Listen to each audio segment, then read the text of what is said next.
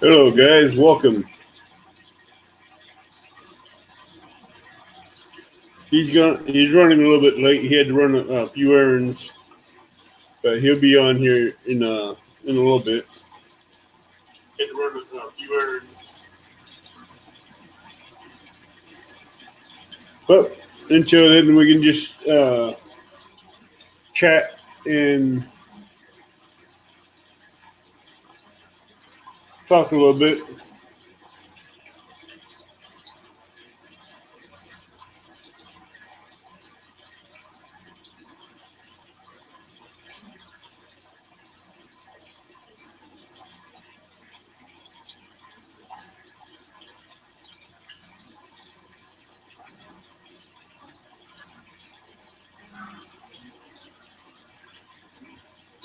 Hey, Maurice, welcome. Thankful Joe's running a little late, so he'll be on.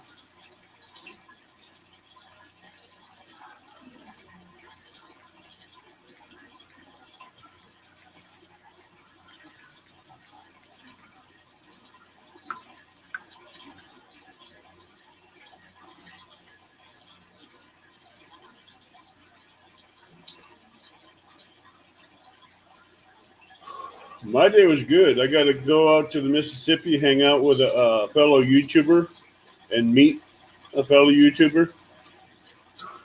As you noticed in the update video for Friday night, I was able to go out and show uh, Jason a few fishing spots.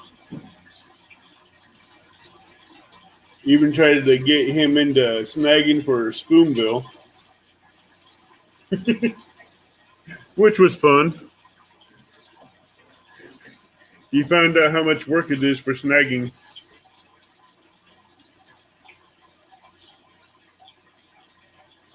And he also learned that, hey, Chunky, snagging for spoonbill is not is better done with a spinning rod instead of a bait caster.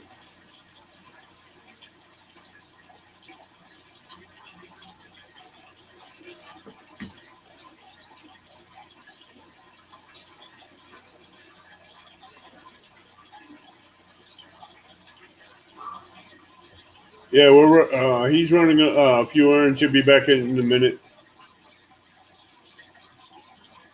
So how you doing, Maurice?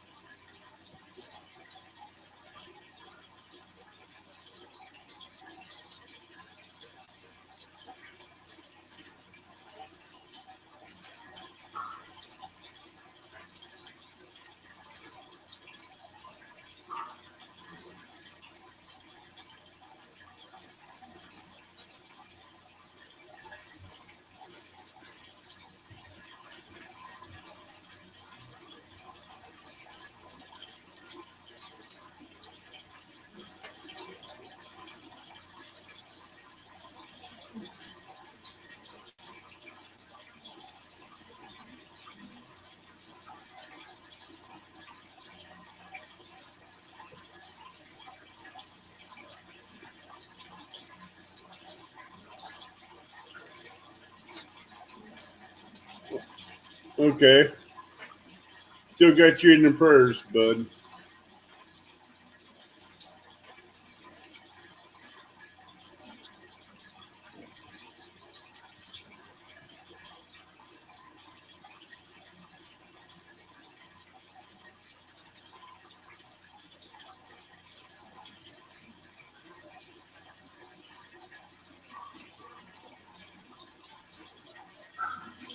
Hey, catfish and crappie.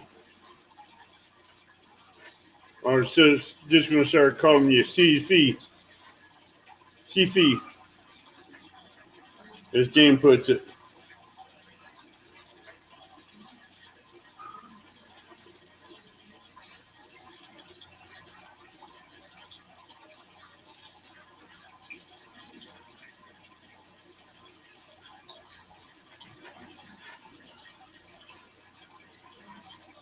Good. Like I was saying earlier, I went up to Alton, met a fellow YouTuber,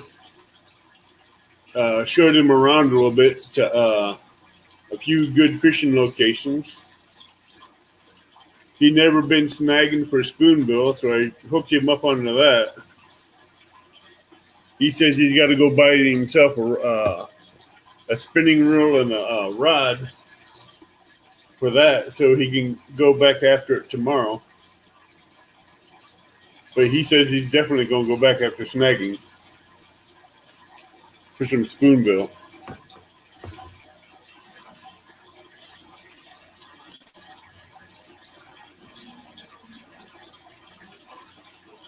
Hey, Jaw Jerker, how you doing?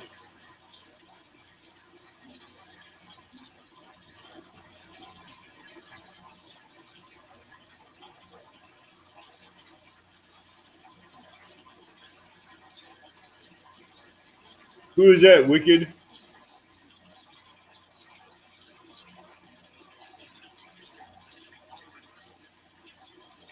Good. Who is that, Wicked?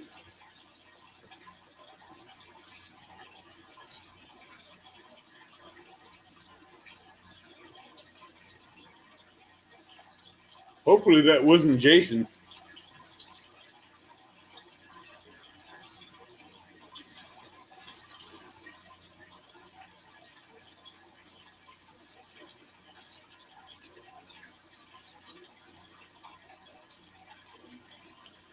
Hi, Jay. How you doing?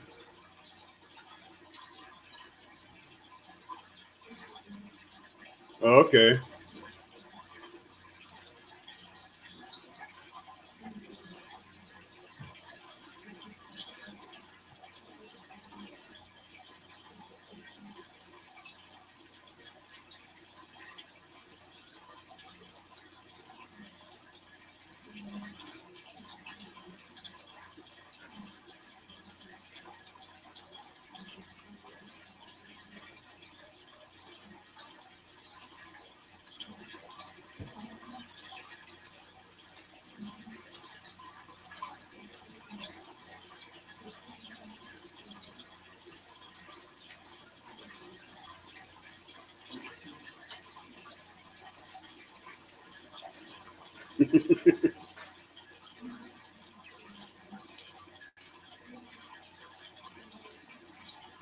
Yeah, he's getting his laptop set up to be in.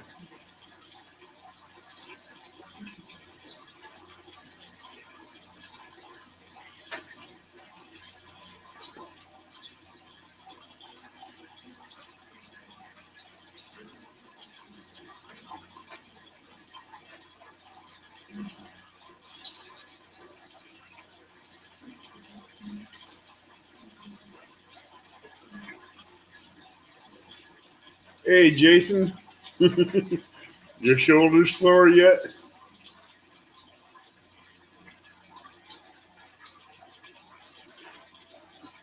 How's your shoulders feeling, Jason?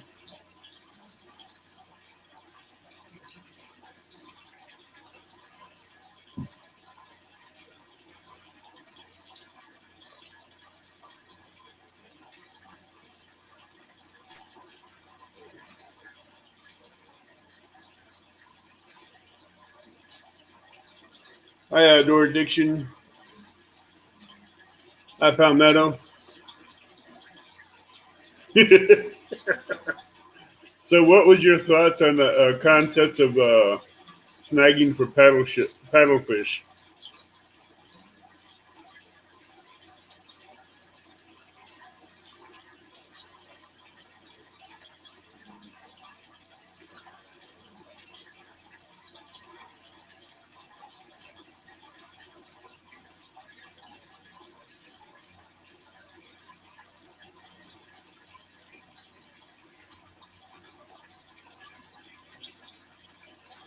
Okay, Kevin Palmetto. He's running a little late.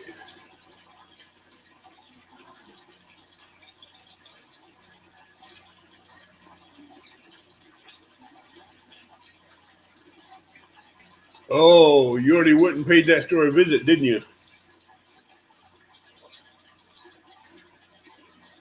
So you did find the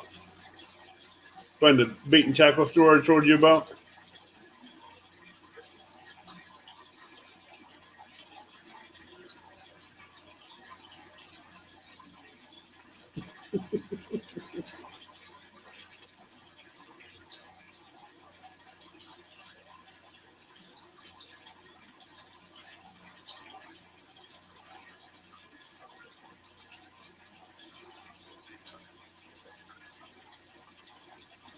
Was that little petite girl there, or was it someone else?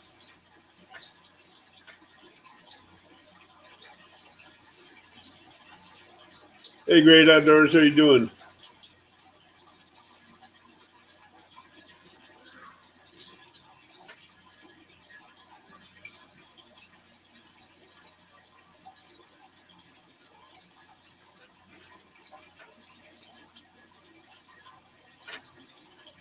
James, was it that little short, petite little lady there, or was it someone else there?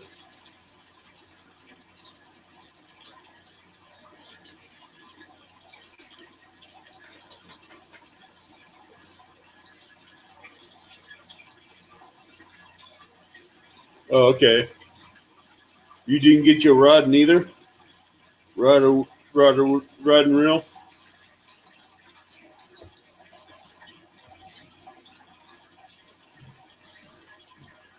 I have a hand. Damn, I do. Okay. I did not notice that, Kevin.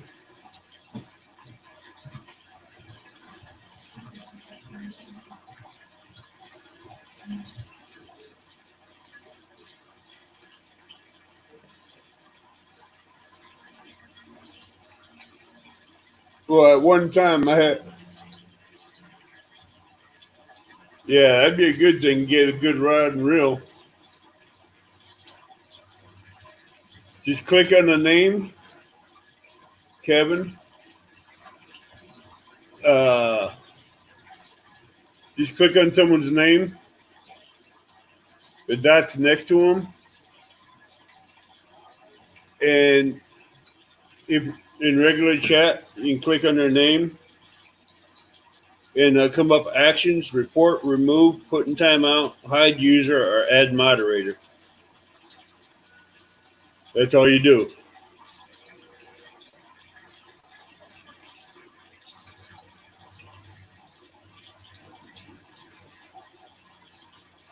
One question, Jason. What's your concept of the thought of using a bait caster for snagging?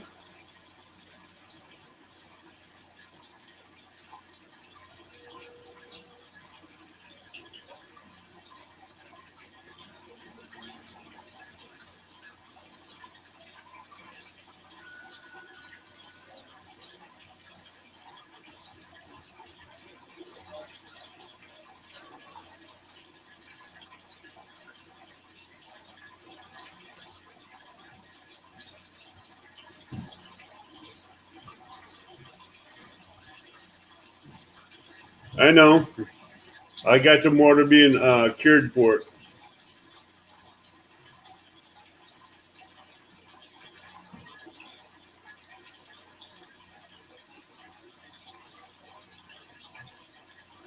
Yeah, you get a lot more snags that way, don't you? You get a lot more snags with a bait caster than you do a spinning reel.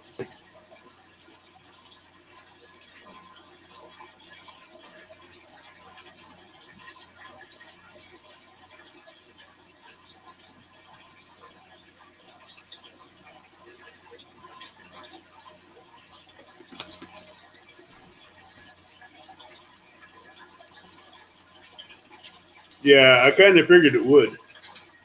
Did you move up to the pavilion?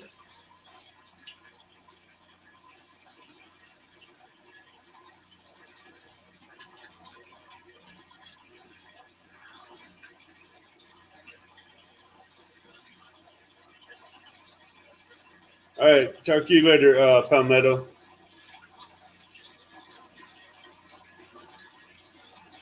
Did you guys already move up towards the pavilion? Okay. Well, that is a good spot where you're at. Where I set you guys up at. You guys should be in a key prime location.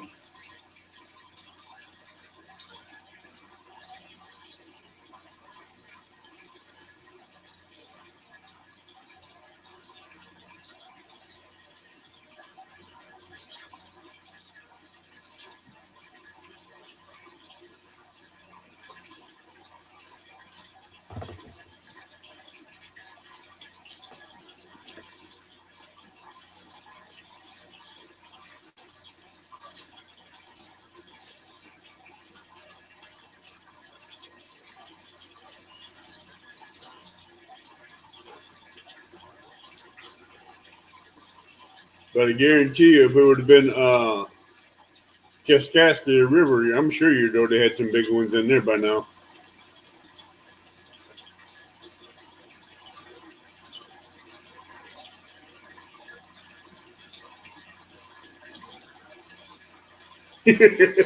Yeah, we are, Maurice. Uh, Bankpole Joe's running a little late. He's getting his computer set up, and he'll be in. He had to run a few errands, but he should be in here shortly.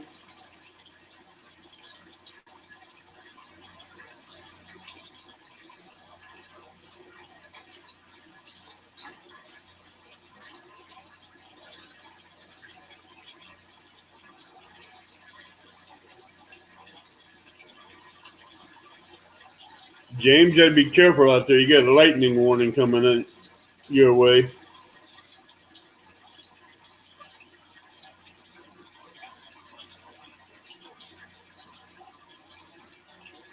Bankpole Joe's just having a little issues getting in right now, but he'll be in here shortly. Hey Ozark, how you doing? And this is Ozark Bankpole Joe's first time going live, so I'm just working with him.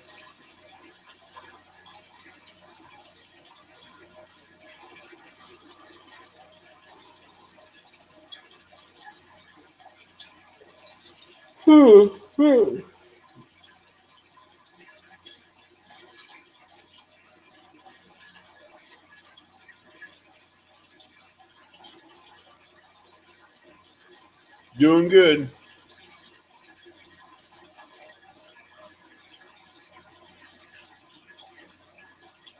Just waiting on the guest. Yeah, Chunky, the king of bling.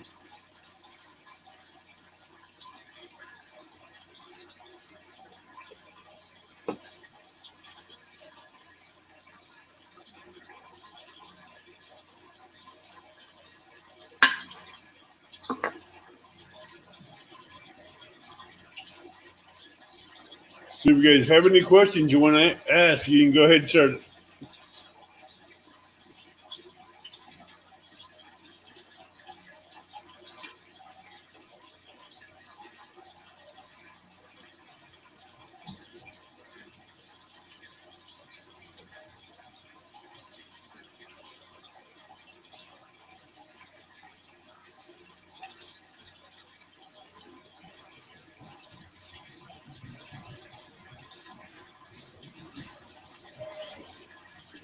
Seeing if he's having any problems.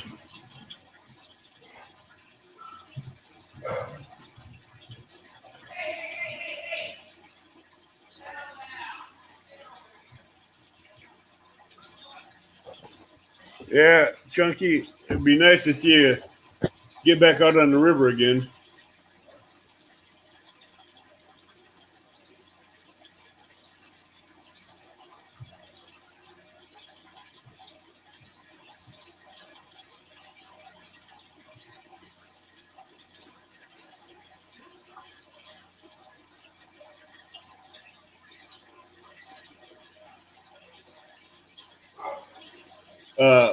My 12-foot crappie rod.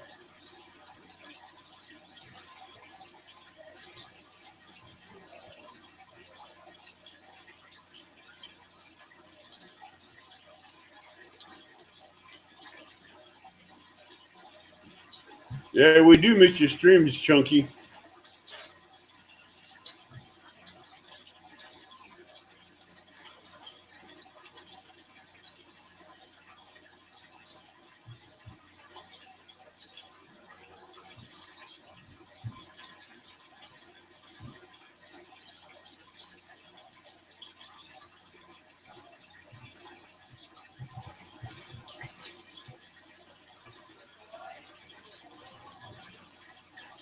Yeah, I understand that one. I understand that. I understand, Chunky.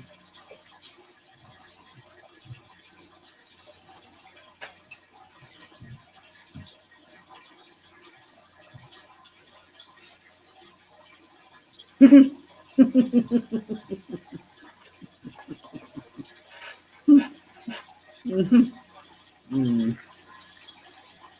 That was the truth there, Maurice.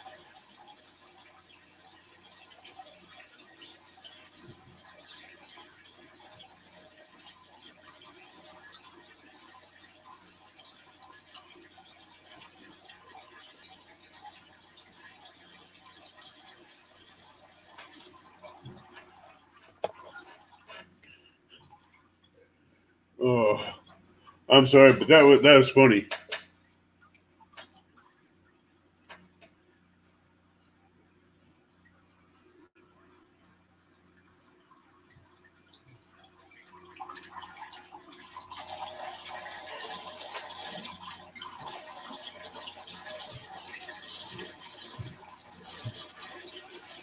I was out fishing for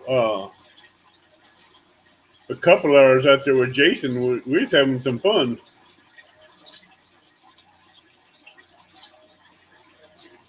We hooked into a few paddlefish, but we lost them.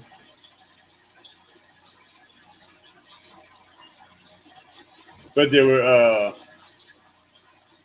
they did catch some shad and some nice sized shad for bait.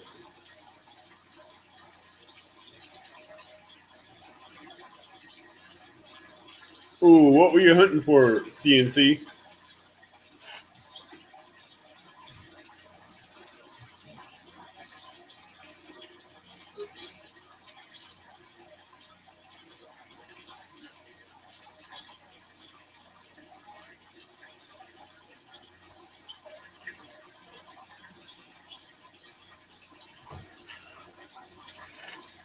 No more else.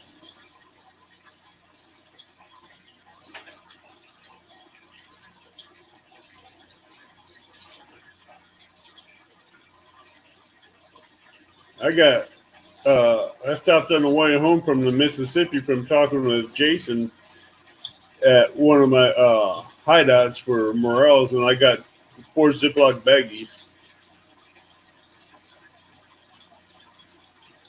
4 1-gallon baggies full.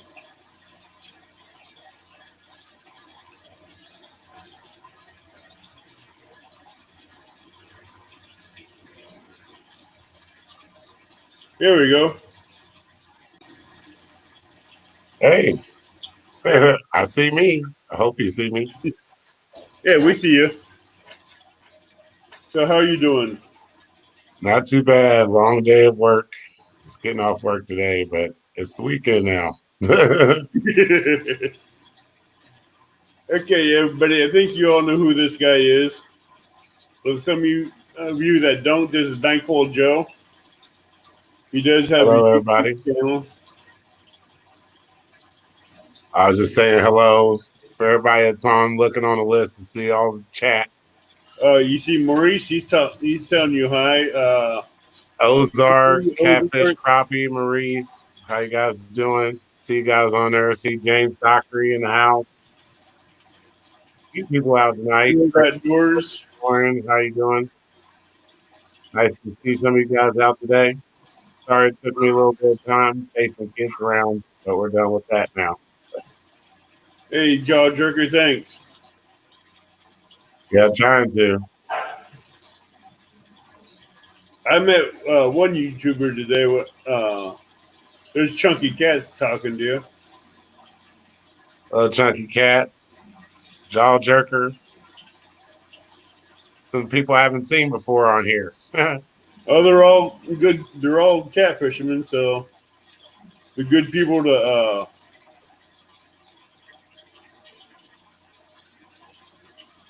If you haven't subscribed or checked out Bankpole Joe's YouTube channel, please do. He's got some good videos up.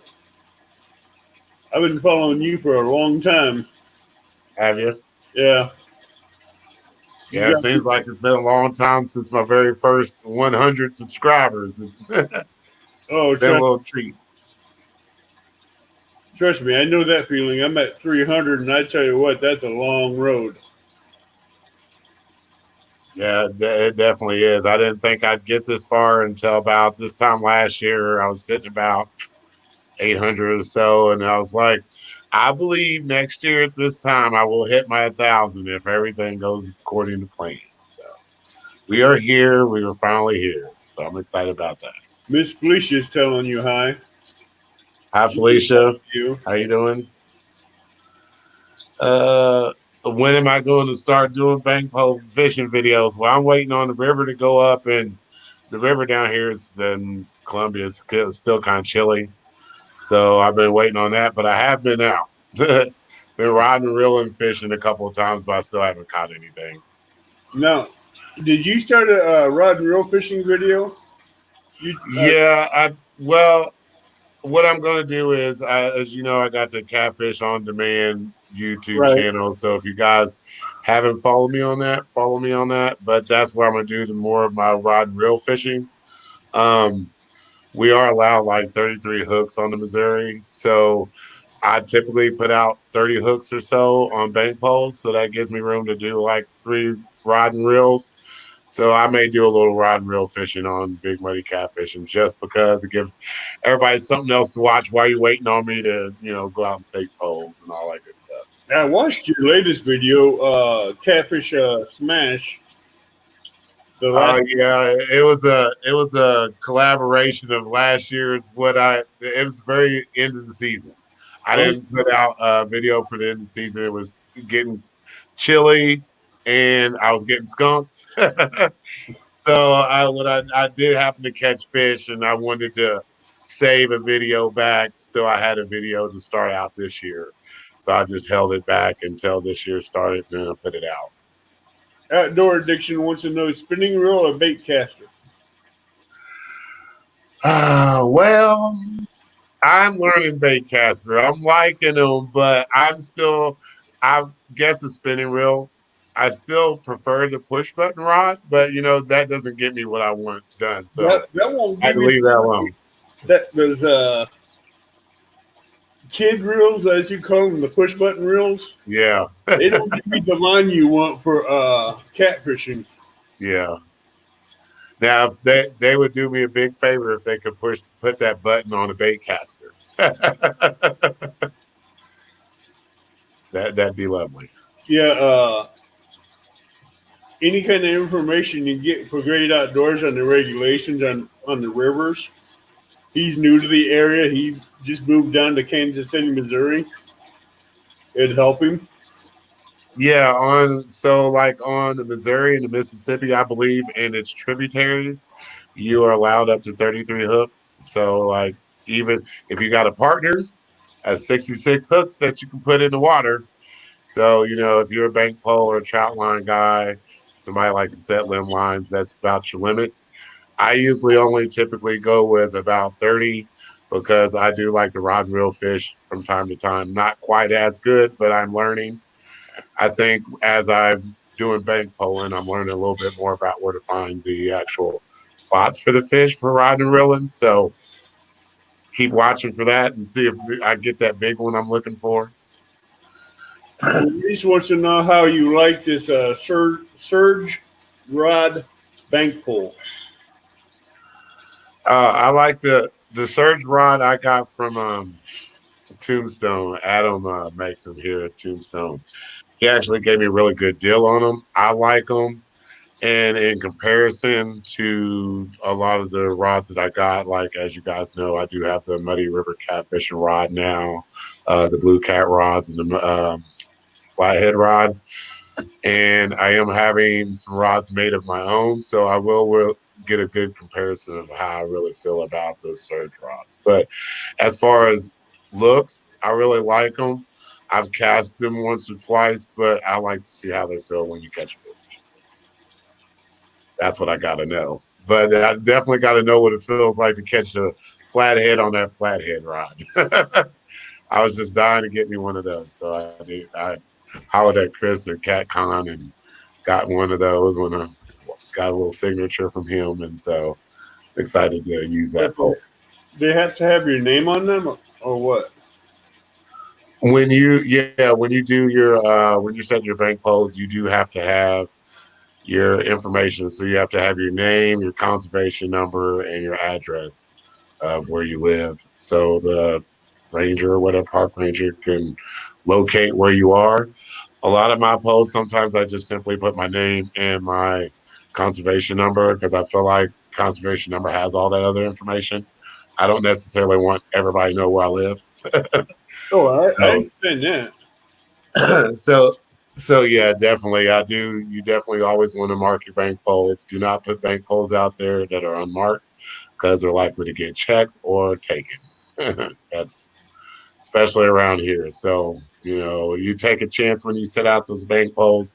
But if you found your good spots and you pick the right time to go set those bank poles, then you'll be doing pretty good. Okay. What got you into catfishing? Watching Steve Douglas and Chris Flores and stuff like that. You guys be surprised. I catch a lot of bass, but that's always because I'm trying to catch bluegill. So I don't really tape a lot of that. But you know what I'm saying? I felt like bass fishing is, I guess the older guys still do it, but more of the younger guys are taking over the YouTube on that. And I don't consider myself an older man. I consider myself a younger man on the older man side. So, maybe I felt like catfishing is where I needed to be, and that's some place that I felt like it would be a good fit for me. Really didn't do a lot of catfishing when I was young. I did do it, but my mother and my dad, they did more of the catfishing. I was more of the going after the bass guy, but I've decided to change up, and I started catfishing, rod and reeling about 6 years ago. Couldn't catch anything. Was wondering how these guys are getting them 60-pound catfish, 70-pound catfish, and Adam told me most of these guys around here are not catching those size catfish on rod and reel. You're typically going to get that on bank pole. He's educated as far as what you're catching around here. He can tell you pretty much what you're going to catch. Now, these days, you said back in the day, you could easily get 25, 30, 40, or 50-pound catfish. But now that so many people are bait poling and trout lining and stuff like that, you don't get so many of that size, but there's a whole lot.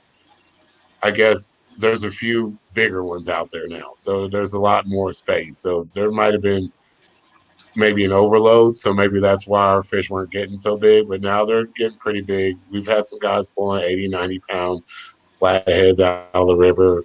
I got a few spots. I know that people get some decent sized blues. I'm still looking for that triple digit. That's what I'm hoping for this year. That's my goal. So, All right. CNC wants to know what bait do you use? typically I am a bluegill guy. I use the bluegills. I use green sunfish. Um, Adam's starting to convince me more about goldfish. And I've seen the proof. I mean, a lot of people around here typically use the goldfish, especially big ones. Um, I don't know if you know him, but people like Corey Gibson, you see him on Facebook. If you ever see him with his fish, he does a lot of bank poling. He does use big goldfish that tend to get it done down here. So that's kind of what I'm moving to. I don't know if it's the shiny scales or what, but those goldfish get those flatheads going. What got you into bank pole fishing? Well, like I said, I started out rod and reel fishing for catfish. Actually, in the spot that I do my videos, I could not catch a fish to save my life out there. But one of my friends I started fishing out there with, he did catch a few rod and reel, and he used to laugh at me because I'd get out there and get hung up, and he's like, "Oh, you wasting all that time on all that money and all that bait and stuff, and you're not catching anything." And he was catching them on worm, and I felt like that maybe I wanted to try something different. So I started making my own bank poles, just regular PVC pipes like everybody else made, and sticking them in the mud and started catching them. And it was a goal since then. I originally, if you ever watched my videos from the beginning videos, which aren't very good, but I was just kind of taping. I just wanted to tape me catching fish and catching bank poles because I felt like there's not a lot of YouTubers that actually just focus on that. You had people like Mud Bums, Deeply Driven Outdoors, 802 Outdoors, MCT Productions. That's what's that guy's name? That's Peachy. So if you ever check him out, he's on Facebook too, and he has his own YouTube channel. So I watched those guys a lot do their bank polling, and that got me excited. And I was like, well, there's lots of possibilities on the Missouri River. So let me show everybody what the Missouri River's got to offer. Yeah, I've seen some of your bank pole builds, but this last one you did with slot the slider in the center, Yeah. that one is cool. Oh yeah. I consider myself now after about 4 or 5 years of studying everybody else's videos on bank poles. I really decided I wanted to do something different. I know there's a lot of people doing. You're basically, you're making bank poles. It's either a fiberglass rod or a willow stick or some kind of a cane pole or something like that. People do make theirs out of PVC. Um, I like the PVC. Nothing wrong with it. The only thing that sucks about PVC is when you cut it into 45 and you stick it in the mud, then you have mud caked up in it. Mm-hmm. Nobody's really found their way around that. So I just said, why not stick a fiberglass rod up in there and stick it in the middle and block all that mud out Yeah, I there? like that. Then you take another piece of that fiberglass rod and cut it, put an eyelet in it Yeah. for And then I attach that string so it comes up and down because I like once you see the hog log and how they put the string in the middle and right. it just saves a lot of time. I felt like that I could like go further with that. You know what I'm saying? I was like, well, no need to dumping the string out and all that. Why not just have the string permanently in there and you can pull it, drag it out, let it slide back in. And for me, with the Missouri River, it's all about speed. That current's moving so fast. If you haven't been on the Missouri River, it's really hard to bank pole the Missouri River. And I do mine by foot. So, Yeah. but the new bank poles that I do myself, that's Whisker Whoppers, is built especially for that. So I can put my Whisker Whopper into the bank, into somebody's boat, and physically hold on to that Whopper and bait that Whopper and keep the boat still. So, you know what I'm saying? I'm pretty confident in I've seen some of those clips you put those bank poles in. I'm trying to figure out how you do that without falling in that bank. You know, that. Oh, trust me, my fiance, I she mean, gets on me from a every single time that I shot go out. straight down, you putting that pole right inside that bank, leaning out there. I'm trying to figure out how you do that without falling in. Well, more or less, I have very good balance. If you guys don't know, I'm a karate student, so I've been doing that for a while. And but I mean, I don't hang all the way over where I feel like that my weight's tipping. I just get over enough where I can get enough leverage to jam that pole in. Now, if I don't feel safe, I will stick that pole in on the top bank. You know what I'm saying? So kind of where my feet are sticking, I'll stick it up there. I don't have a problem doing that. The only time you see me leaning down there is because the holes that I'm getting to, they're like deep drop off holes. And Right. when the water's down low, you have to get all the way down there to even try to bank pole that spot. But when the water comes up, then I have to lean over and, to kind of get the right set on that. So that's why you always see me leaning over. But trust me, it's perfectly safe. I've had one time that I slipped down and I was hanging on to some trees and stuff to keep me from going in the river, which definitely wouldn't have been a good idea. But that was my own mistake. I was hanging over too far and trying Yeah. to do a little bit too much. So, You didn't get that on video, did you? oh no. All my videos, actually, what you see now, are all by phone. So that's kind of why it looks shaky and stuff like Yeah. that. I'm holding the phone in one hand and the stick in the other, and trying to grab the bank pole and all that. I did have a GoPro, and I just was too scared to use it because I don't like upgrades. I'm a guy that hates change. So, but yeah, now I got two GoPros, and I'm working on learning how to use them so I can incorporate them in my videos. And then Okay. you guys can actually see, you might even see a few bloopers. You guys miss those because they probably get cut out of the video because the video is actually off. Because yeah, lots of stuff goes on while I'm out there. Trust me, lots of Oh shit. yeah. I've had one time when I went out there and I was recording.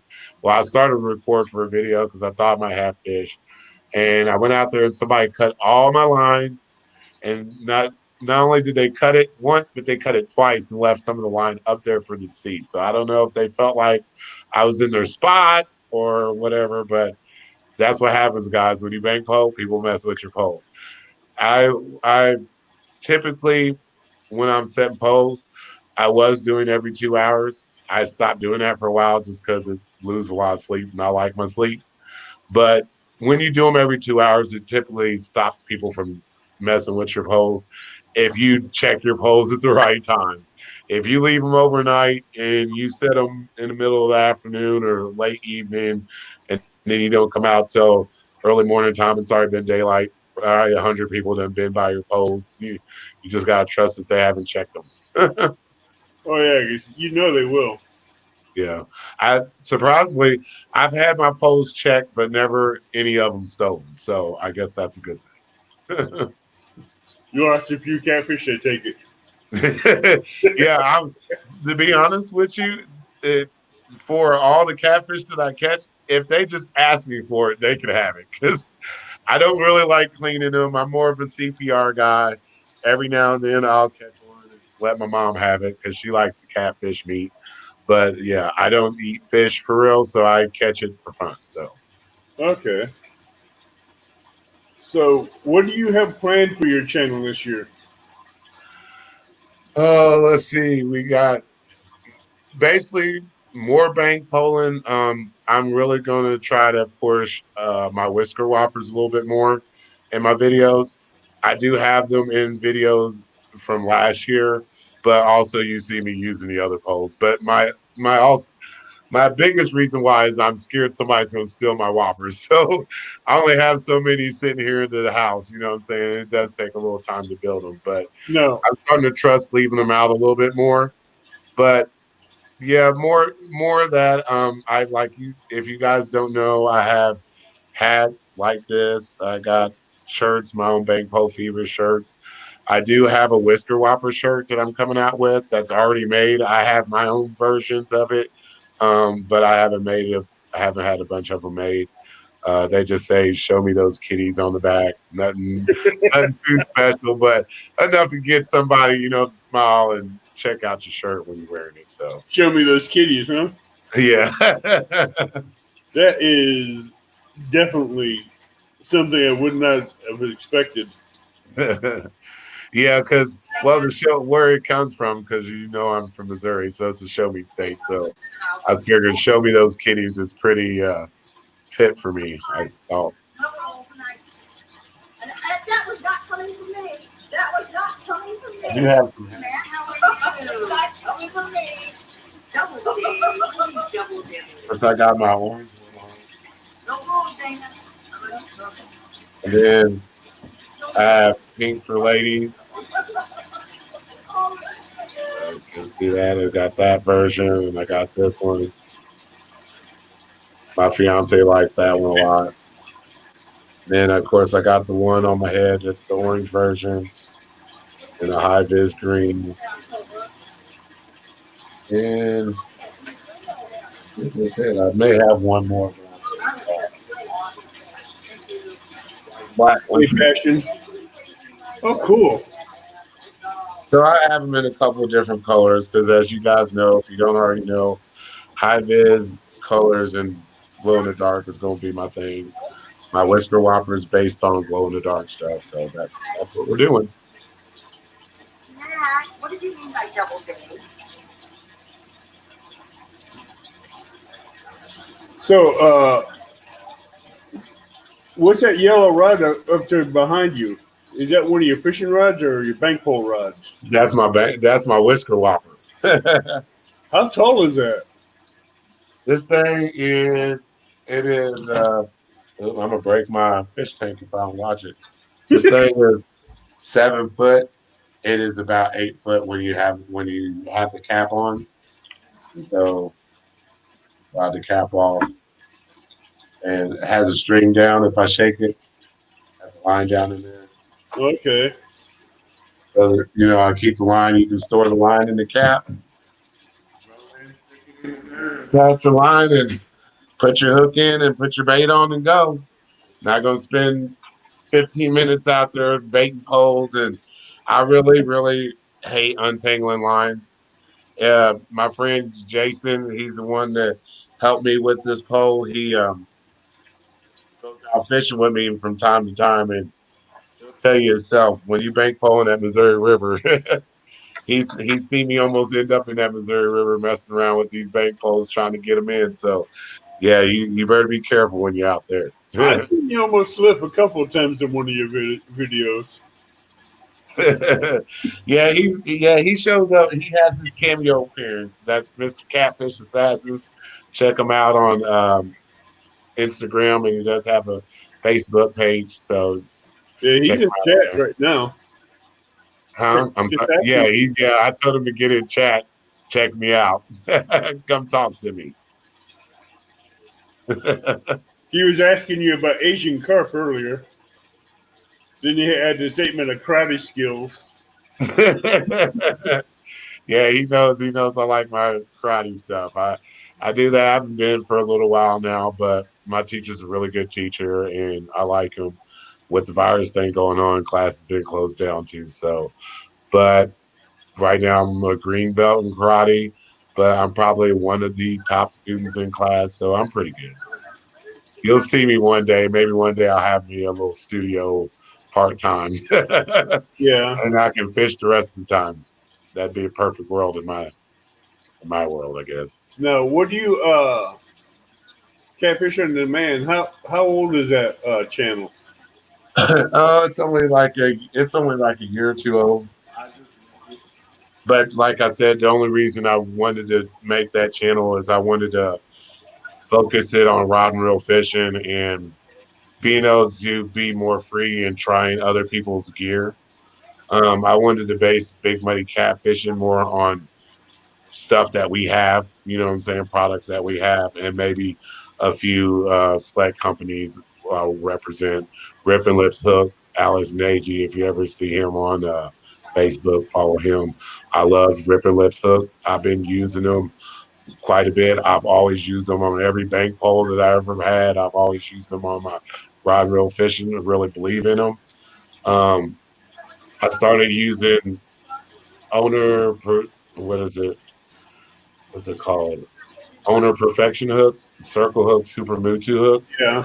about a year or two ago on my bank pole, just because when you're leaving your bank pole overnight, I feel like personally, it doesn't have to do with the quality of the hook per se. It has to do with you leaving that fish on there overnight. He gets to work on that hook all night long. You know what I'm saying? And I feel like a smaller hook or a skinnier hook may not handle that kind of work all night long, Right. but a beefier hook would. So I felt like that I'd switch over to and use a little bit of those perfection hooks on my bank poles, but I'm still sticking with rip and lip hooks for my rod and reel fishing. Can't go wrong with those. Well, Never lost a fish on one of those. those ripper lip circle hooks work really good. Yeah, they do. You see that? I'm laughing at Jason's posting. He said that he knows I can get into slippery situations. He calls me the cliffhanger because of that bank spot that you talk about. He's Uh-huh. climbed down there a couple of times with me. You really only have about, well, it's changed a lot now. I went down there the other day. A lot of it's ate away, but when you go down there and the water's low and you're trying to sit down low, I had to climb down a ladder, and you literally only have maybe 2 or 3 feet of bank space that's sloped that you have to work with to try to, set your bank poles. So yeah, I wasn't working with much space on none of those videos. Anything could happen. No, because some of those spaces between that tree and that edge of that bank is not maybe but a couple inches. Yeah, definitely. Definitely. Yeah. Jason's almost slipped down there a couple of times. He slid down the ladder once. Yeah, we had some hilarious moments out there, but it's been all fun though. But that just gets out. For me, with my phone in my back pocket and that little edge trying to set a bank pole without being tied off to that tree behind me, I'd be taking a dive. Yeah, somebody said they look good. Yeah, the bank poles. Yeah, I really like the design on the bank poles, but like I said, that is not the Whisker Whopper design is not the only design that I have that I want to do. Um, I believe that there, I'm just scratching the surface on it. I just believe you got to spend more time thinking about what you can do with bank poles. You know what I'm saying? And like you said, that sliding one that I did on video, I wasn't going to do that at first, and then I thought about it and I was like, man, that's a really good video. Not too many DIYs are going to top that bank pole right there. You know what I'm saying? So I figured I'd give somebody something to build that was pretty easy, but fairly. I believe it's a pretty solid bank pole in itself. Oh, so do I. I think it is too. Have you ever thought of trying to use a lead weight in there for like a counterbalance in case to help it pull back to keep the tension on the line in the water too?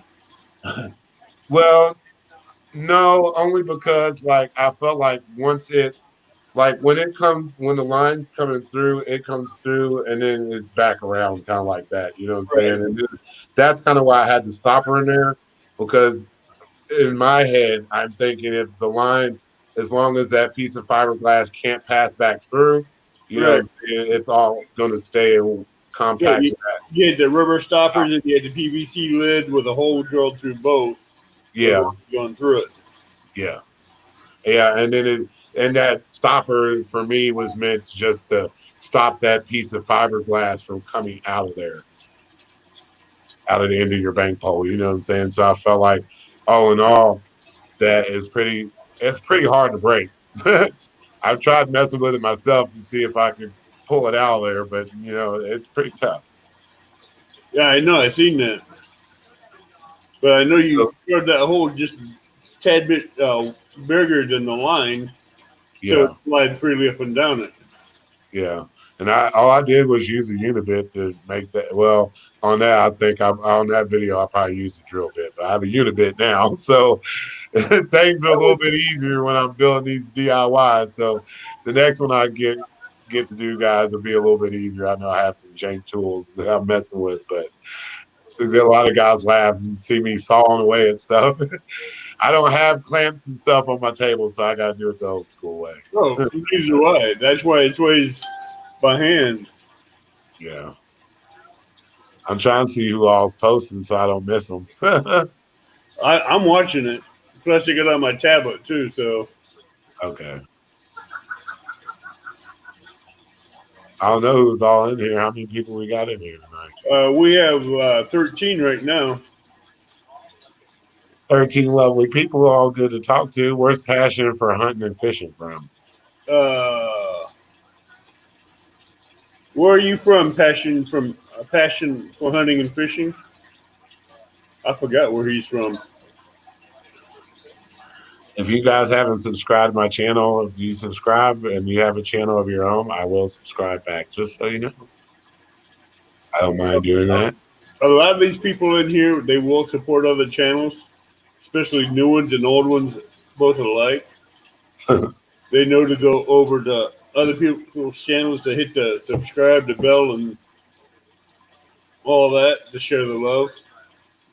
So did you go to Catfish Conference? No, I had to work.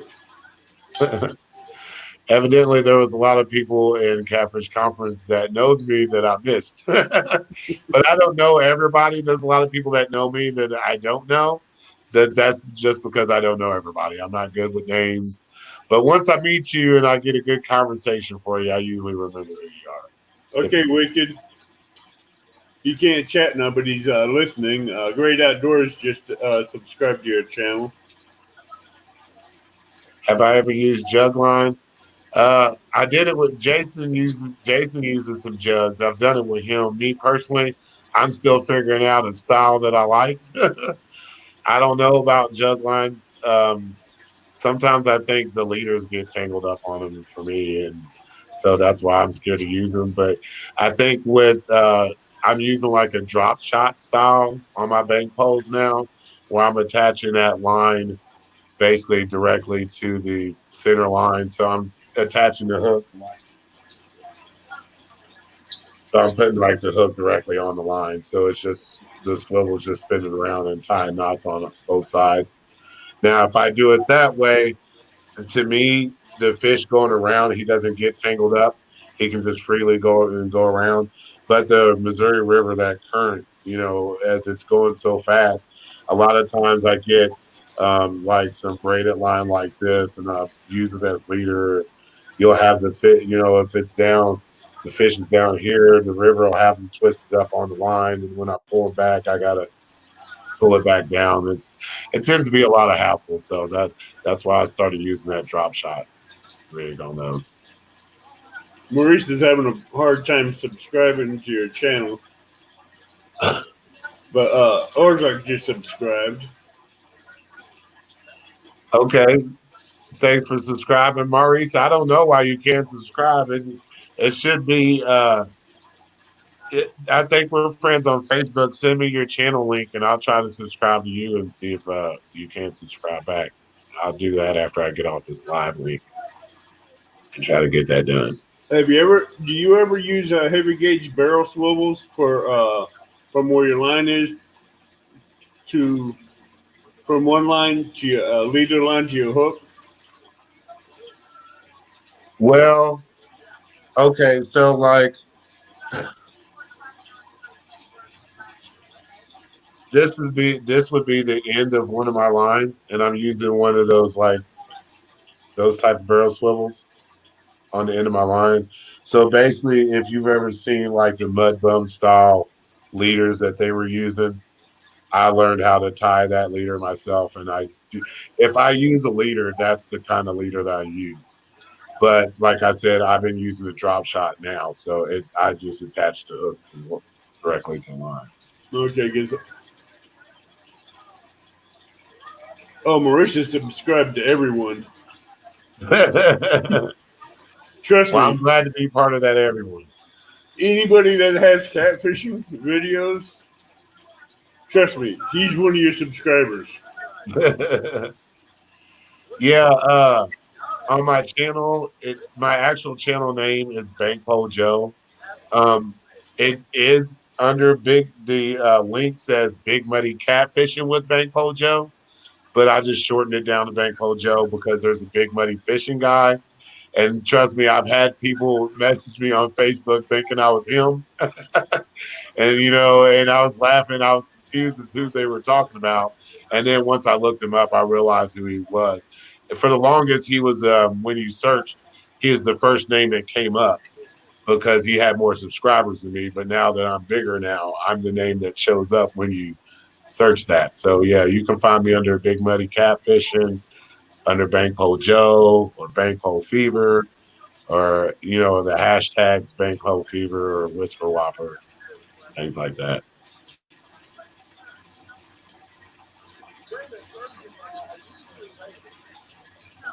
Yeah, Jason said we had good luck using bullheads for flatheads. I like the bullheads. I'm a big fan of those bullheads. I didn't name that my list of baits, But that's if you can find it. Jason happens to be my friend and the only person I know that has bullheads that I can go catch. So if anybody has other bullheads that we could go, fish your pond, let us know. I do, for those guys from the Ozarks, I do go to the Lake of the Ozarks. What is it? Labor Day weekend, I believe, every year. That's that last big weekend at the lake. My fiance's family has their family reunion that weekend, so we always go Friday through Monday. So I do go up there and fish. So if any of you guys ever want to fish with me, or I don't have a big boat that I can take out on the lake or anything like that, but if you guys want to go, I'm willing to go and try it out. So Sorry, I got emails coming through my the computer starts dinging on me. So you have a private pond that's loaded with bullheads, or what?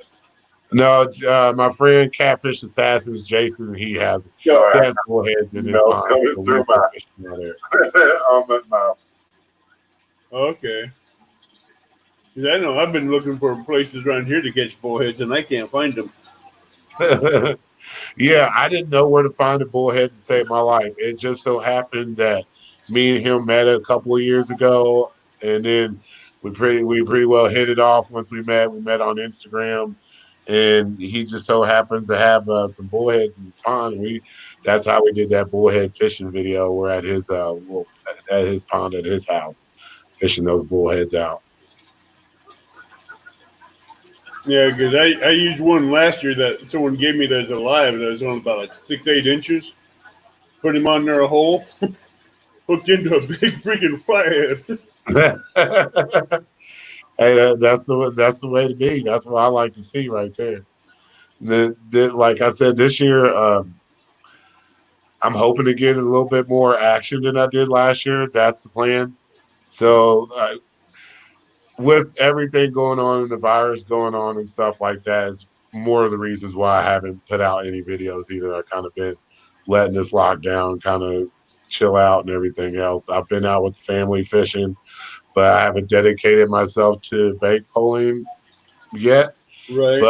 But next week will be my last full week at work. So once that's over and I'm off for a little while, I'll have more free time and then I have a chance. Now I have went out and scouted some new spots, and there's some other spots that I'm looking at that I want to go try to find that triple digit. I think I know where he might be. I just got to get there to get to him. Yeah, before someone else does. Oh, definitely. Outdoor addiction up there, you don't have as many flatheads and blues. But down here, these flatheads and blues will eat those bullheads real quick like candy. Oh yeah, they do. They munch them up. Where you don't have a lot of them, you got bullheads left and right. But down here, they're harder than hell to find. Yeah, there's a video with me and Catfish Assassins where we're together.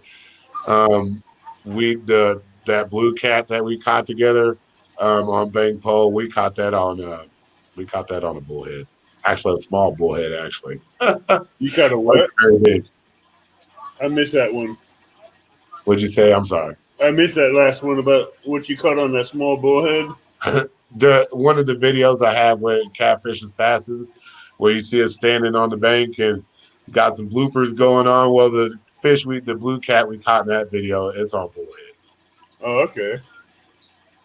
Now the video that I catch the two flatheads, the big flatheads in the middle of the night, those were caught on two hand-sized goldfish. That was my first time using those big goldfish. I didn't believe in it until that night. I'm a big guy. I was big on setting poles on top water, letting that fish splash on the top, kind of being like a dinner bell to those flatheads. But some of the older guys and the more seasoned guys, I would say, as far as fishing goes, they believe in putting those poles deep. That's how they get those big boys, they say. So that's what I've been trying. Oh, I'm sure. Have you ever seen Chunky Cat's videos? No, I have not, but I will. I definitely will check them out.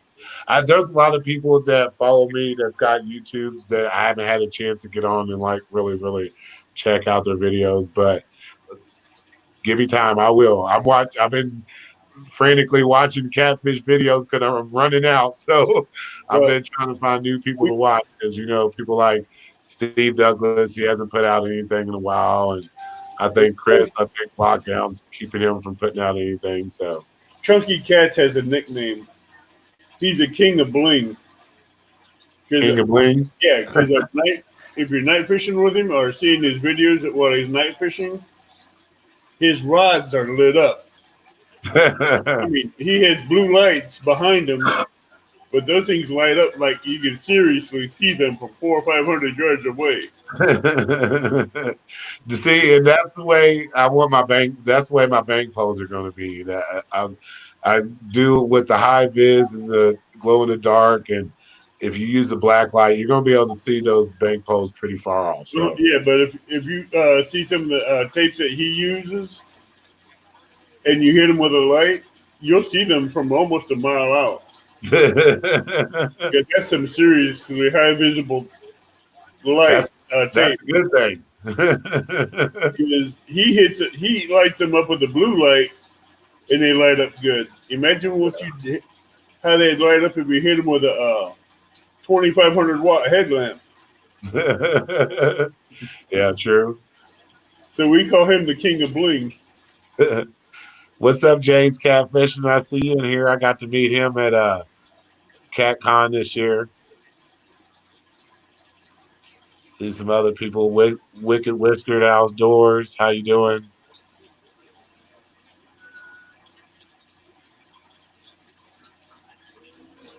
Have you caught any fish yet this year? Not yet, I haven't. Actually, before the coronavirus hit, I had a 53-pound blue that was almost 4.5 feet long. That's nice. Doing better than me then, because I haven't got nothing yet this year, and I'm itching to get one on the end of the line this year. That's for sure. But it's been, I mean, I've been throwing nets out, getting shad, skipjack, and all that stuff. I've been vacuum sealing them and putting them in the freezer. Yeah, I want to learn how to find. I don't think we have any skipjack around where I am. I've never Where, seen in it. Missouri? Well, not necessarily in Missouri, but in near Columbia. We can get the skipjack, but like Tombstone sells it frozen. But when I asked them where they catch them at, I believe they go down towards the Lake of the Ozarks or somewhere. I don't. I catch mine on the Mississippi. Do you? Yeah. Little back creeks, back channels where they hang out. Just take a cast net back in there where you see them jumping. Throw a cast net over them, and I mean, you can come up with anywhere from 1 to 50 to 150 of them in there. Well, if I could do that, Avid, I'd be good on bait for a long time. I've been trying to get I got some vacuum sealing bags and stuff like that. I've been dying to get a fresh Asian carp so I can seal him up and have him fresh, ready to cut when I'm out there. I haven't got to try to catch any catfish with any of the Asian carp, but guys say it's good if you can use it fresh. If you can get a fresh cut one. Asian carp is good, but some of those Asian carp are almost 3.5, 4 feet long. Yeah. If you use a head on those, you're only looking for big fish. That's all you're looking for. A head like that, you're looking for Jaws. But he's out there. There's something out there that'll take it. I know, but you're looking for something that's going to be more than triple digit. Yeah. Well, into the triple digits, just to hook into something like that. I don't know though. Some of these catfishes I've seen, I believe a 60, 70 pounder will take a carp head pretty easy, actually. I'd say Especially- with 80, 90 would do it. Yeah. Probably so. Jefferson Assassin says state record for alternative methods in Missouri was caught on Asian carp. Asian carp. What state record for was that I think is he talking about the flathead? I believe that was caught on trout line in Kansas City. I'm not sure. Maybe one of them. The other record I know that's caught here was the blue cat caught on Malta Bend on that jug line. There's one caught there, and now that's a hefty boy. I'm surprised nobody's pulled another one out of there yet.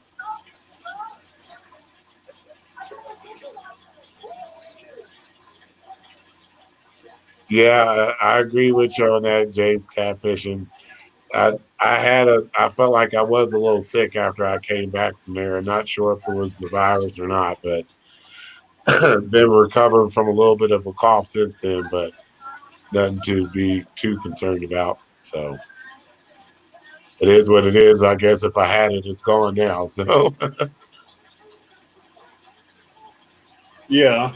Jason was talking. He's right. He was talking about the blue cat Malta Bend that's caught on jug line on the cut carp, Asia carp. I missed Jason's comment. Yeah, it's catfish assassin. Oh, I thought you were talking about another Jason that's in here. Oh yeah, I keep forgetting that James catfishing is Jason, right? You have Jason Lamb, then you got your Jason. Yeah, my Jason. He doesn't have Jason on his thing. It's just I know him as Jason, so that's what I say. But yeah, catfish assassins. But yeah, I didn't recognize there's two Jasons on here, so I guess I better elaborate. Yeah, there's another one on here that's out fishing in Mississippi tonight. Jason Lamb, a guy that's up in northern Illinois. I met him today, and I showed him a few good fishing spots on the Mississippi River. Now, is that where you're from, Illinois? Huh? Is that where you're from? Yeah, Belleville, Illinois. Just across the river from you. Not far, man. No. But I even tried to get him into the snagging for Spoonbill. I got him. Is that fun? Oh yeah, it's fun, but he's trying to use a bait caster for snagging. He ended up getting hooked up on the bottom too quick because of the current. Yeah. Because by the time you cast out there and you thumb it down, then you click it in gear, then you flip the thing, your snagging hook's already damn near on the bottom instead of just cranking like you will a spinning reel. It seems like it'd be fun to me. It looks dangerous. I would think you get hung up and snatch yourself out of the boat messing around like that. It's not dangerous, but it's fun. It'll give you a workout. Have you ever accidentally snagged a catfish that way? I've heard people doing it. You don't know what you're going to snag in there during the snagging season. Yeah. I watched the guy pull out a 45-pound Asian carp. I snagging that 6-8 feet away from him. Uh-huh. I was hooking into shad and skipjack like that. Oh, really?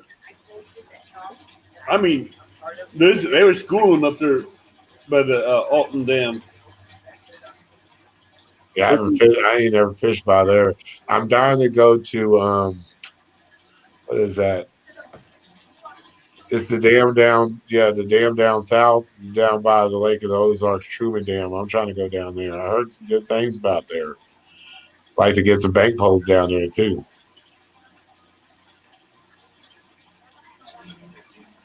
Yeah, Jason, that catfish assassin asks how you not get hung up all the time when snagging. I rarely get hung up on snagging because I do a free count. Uh-huh.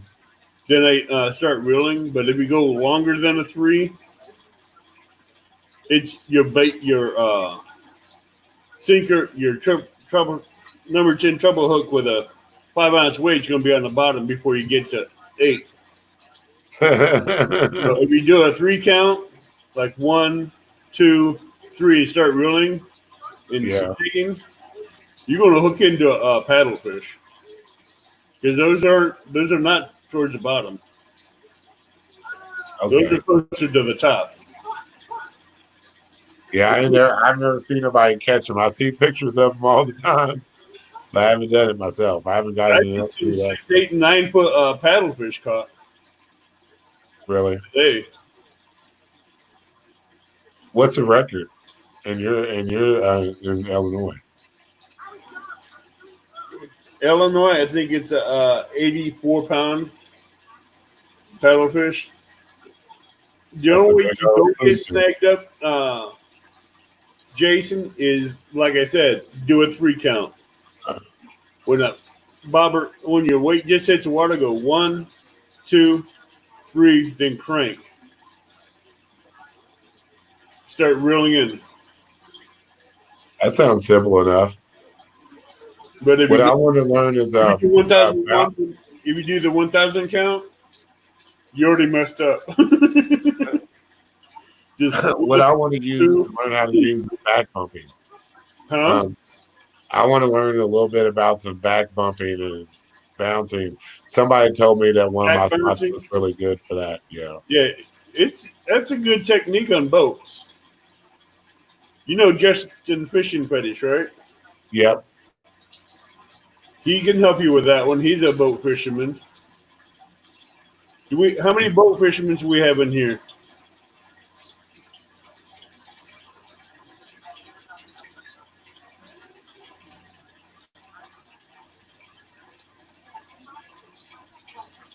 Somebody said 106, 106 pound spoon is the record here That's in Ohio. in Ohio.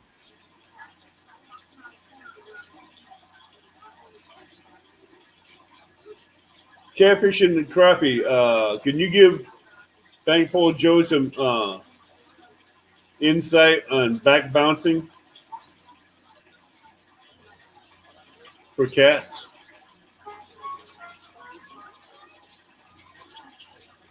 I'm ready to learn. I'm ready to get into other techniques. You know, I've had a boat habit that is Oh, officially gravy.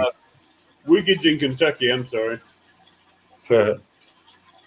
We got a boat. I still ain't got in the water yet.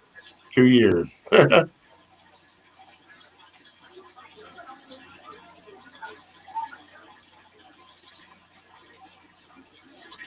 He said the fox is too shallow for that. Yeah, but Justin Fishing Fetish. Yeah, I'm sure you know him. He knows you. Yeah, yeah. I know him. I see him pop up on Catfish Weekly all the time. We're always talking. Hook up with him and pick his brain on back bouncing. Mm-hmm. And he'll be able to help you with that. And if you have any questions on planer boards, I'm sure he could help you with that as well. The only thing I'm trying to do is learn how to build my own. Build new planer boards. Yeah, I'm trying to make my own. See if I can create one. There's a lot. There's one person, I forgot who it was that was making them, but Wicked is asking how strong the current is where you're fishing. Ooh, roughly, I always say 4 or 5 miles an hour on that current. That current's pretty rough on the Missouri River. Because when it goes up, oh yeah, it's moving through there pretty tough. I can tell you that. I don't know. Jason, Catfish Assassins could probably tell you better about what the actual speed in Missouri is. Because I know he's always riding on it, and he gets to see kind of what's going on with that. I just hold on for dear life and hope nothing goes wrong.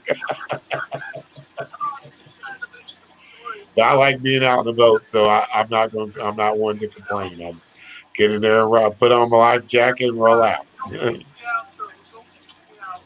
Well, right now the Alton Dam, they have all the gates open. Do they?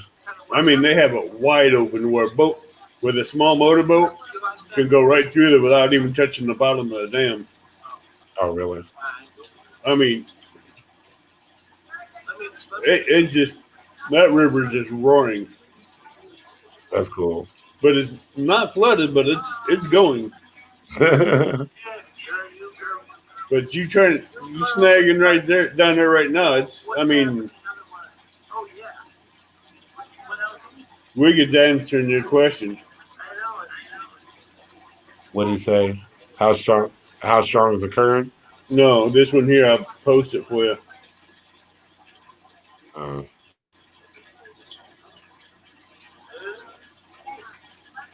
get bumped in if they. Yeah, you could probably bump Missouri. I ain't never done anything like that, so I don't know much about it. Thank you, Wicked. But if you search back bumping on YouTube, you can find out a lot more about it. Hey, John Patrick Free, welcome. Hey, John, how you doing today? He's from West Virginia. We got a West Virginia guy here, huh? That was almost English, Wicked. Okay.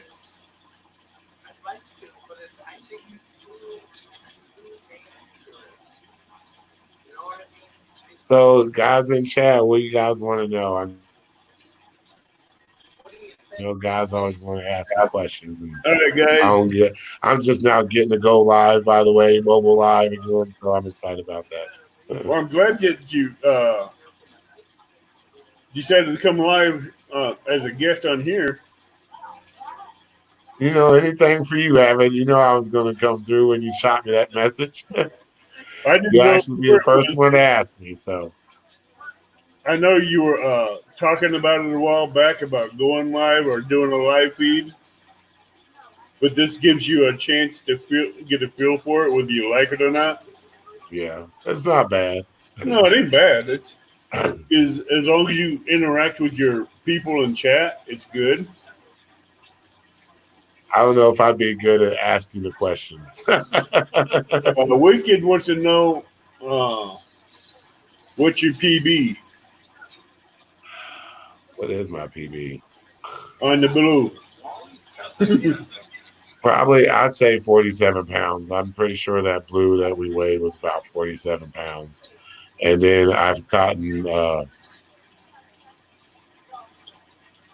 47 pounds is probably the biggest I've gotten so far. I haven't got a 50 yet. Now, I have gotten one or two decent sized flatheads that I did not weigh, but that was before I was doing any videos. So I don't know what size those were, but my best guess probably ain't nothing better than by 30 or 40 pounds. So yeah, 47 is probably my PB. What about your flathead PB? 43-ish, somewhere in there. Well, you got my flathead PB beat. Mine's only 35. Yeah, I talked to quite a few people at Catfish Conference, and I was really shocked to the number of PBs that were below what I thought they were. I figured quite a few people had the 40s and 50s already, but some people haven't even seen a 40-pound catfish herself yet. So My blue's 85. really, Mm-hmm. well, I've never seen one that big. So the day I get one, who knows what that video will have in it? Oh yeah, I'm sure you'll be dancing. I don't know if I'll get much taping done because I'll be too excited. You know about the meet and greet that I'll be having when this coronavirus lifts, right? No, I didn't know anything about that. We have a YouTube meet and greet that will be going on that I'll be hosting over Kaskaskia River in New Athens in Illinois. Okay. For all YouTubers that want to come out and go fishing and having fun and get That's cool. get to meet people around here and locally and hang out, have fun, just do a lot of fishing. When do you think about doing that? Probably be after this virus lifts. I can add you. You friended me on Facebook, right? Yeah, we're friends on Facebook. I'll add you to the meet and greet page on Avid's meet and greet page so you can keep posted up there. And Okay, definitely will because Illinois isn't. It's far, but it's not that far. St. Louis is probably about an hour and a half drive, hour 45 minute you're drive. only maybe 2 hour drive from where you're at to New Athens. Okay, that ain't bad. That's all in a day's drive and get up with a cup of coffee, be there But before you see, get good and woke. it's gonna be like anywhere from a 3 day to a 5 day event. Okay, nice. It was nice meeting you too, Catfish and Crappie. I see that they're leaving. I like Wicked. But then I woke up and I realized I was dreaming.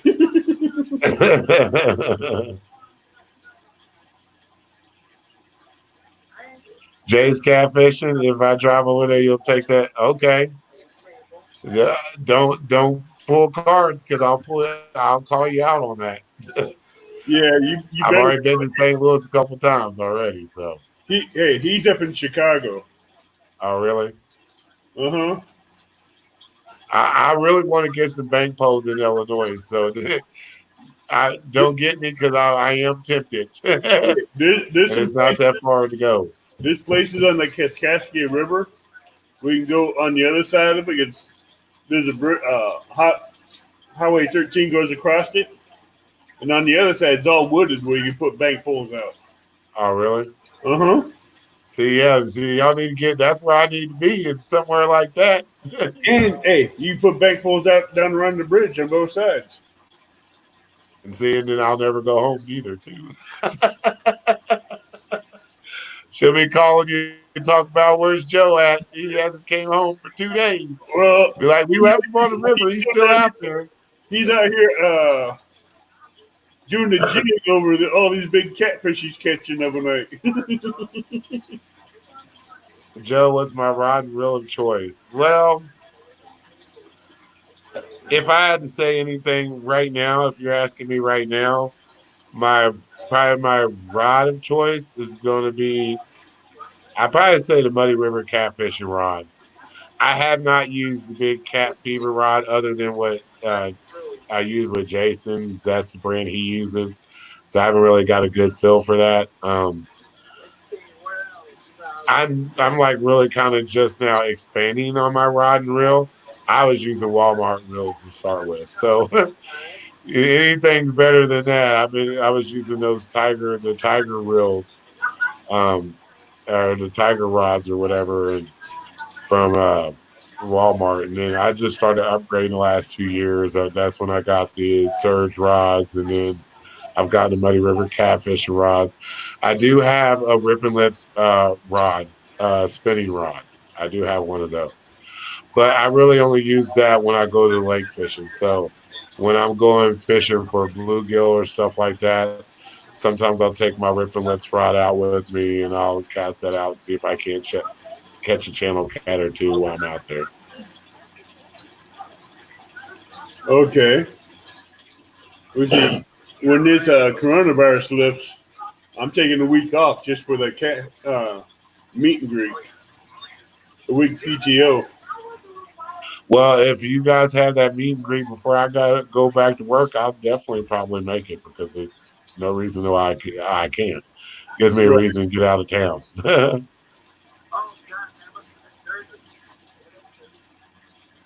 Yeah, Jay's Whisker Whipper, y'all need to show up there. We can do a little collaboration or something. Oh, well, we're gonna have a little contest, fishing contest. There ain't gonna be no money in it, but there's gonna be 3 trophies for first, second, and third place. But it's basically for bragging rights. So for the biggest cat, Well, I need bragging rights in Illinois so I can up my reputation. You know how that goes. Ozark wants to know open face reels or bait casters. uh, right now, for me, open face reels, but a bait casters are real nice. I'm starting to like them. I just question that how good it's going to be for me fishing from the bank. I hear a lot of people say bait casters are bad because you get the mud and stuff inside the bait casters makes them hard to cast when you're fishing from the bank. So I guess we'll see how that goes. Right now, I'm using the only reels that I have that I'm using are all bait casters, and I'm using Okuma reels. I got some Ming Yang reels. I I believe the other two are Ming Yang reels, and I think I'm trying to get an Abu Garcia or not. Yeah, Abu. Yeah, one of those. So trying to get one of those and add to my little repertoire of weapons to catch catfish with. Because right now I got people that I got a couple. One person, I don't know if you know Lightning Bug. Keep him Lightning Bug. Have I met Lightning Bug? Yeah, we're friends. He's going to be there. Is he? Yeah, he's coming up from South Carolina.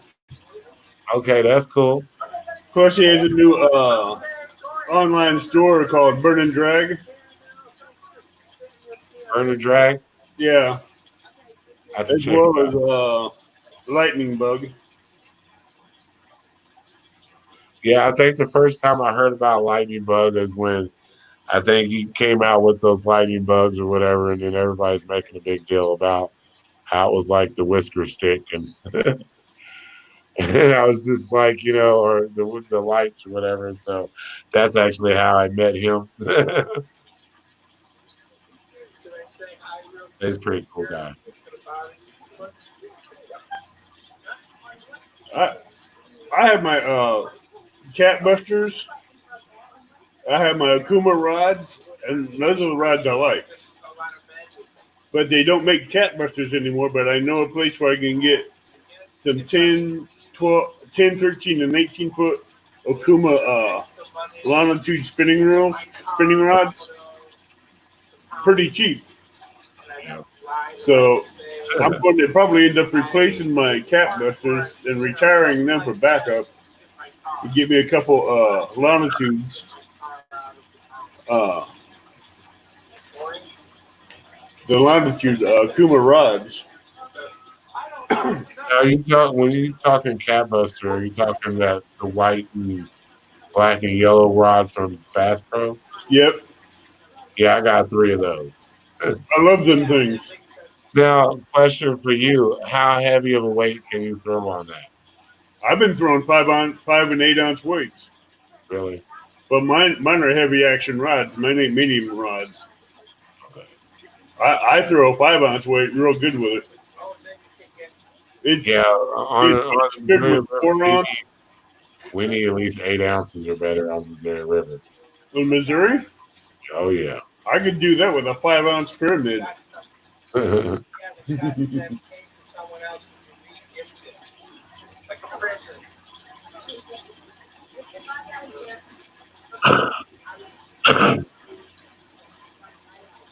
Let's see who all was posting. A lot of people have that cat bust rod though. Yeah, that's the only bad part, Maurice. They're still making cat busters, but they're only for bait casters now. The cat busters I like are made for spinning reels and they're heavy actions. How do you feel about big cat feeder rods? What do you think about them? Never had them. Never I, tried them, so I can't say. I like the guys, and I think the rods look good. I wouldn't mind having getting a couple. I sometimes I just want to ask people because I hear people talk about them. Is it just because they pay is why everybody likes them? Because I feel like in comparison, there's a lot of rods that compare. You know what I'm saying? That's about the same in comparison. So, but I don't see anybody picking up human beings in videos either. I think Chris is probably the closest person to come up with a video close to that when he did that flathead rod video and dragged that trailer across. I tell you what, I've been to I go to Bass Pro once a year to get some stuff that I can get off gift cards I get for Christmas. And what I normally do there is I go there to get live well treatment chemicals to keep the shad alive and the bluegills alive and stuff like that. Yeah. And that's all I normally get with the gift cards, unless I see a nice catfish rod that has what I'm looking for in the back, the heavy action and sensitive tip. And I don't need the reels. I got 2 pins, an 8,000 and a 6,000 that holds a lot of line. I got a casting reel that I can put on there, so I don't need no reels. No need for that, huh? I'm just looking for good rods. Yeah, I like those tingling with catfish rods too, John. I really want one from Steve, just because I'm a big fan of Steve and the heck with it. Who you can always use another pole. That's the way I feel about it. I don't mind trying other people's stuff. I want to. If before I can tell people what I actually like, I want to get a good feel for the difference in everybody's products. You know what I'm saying? I know everybody has a preference.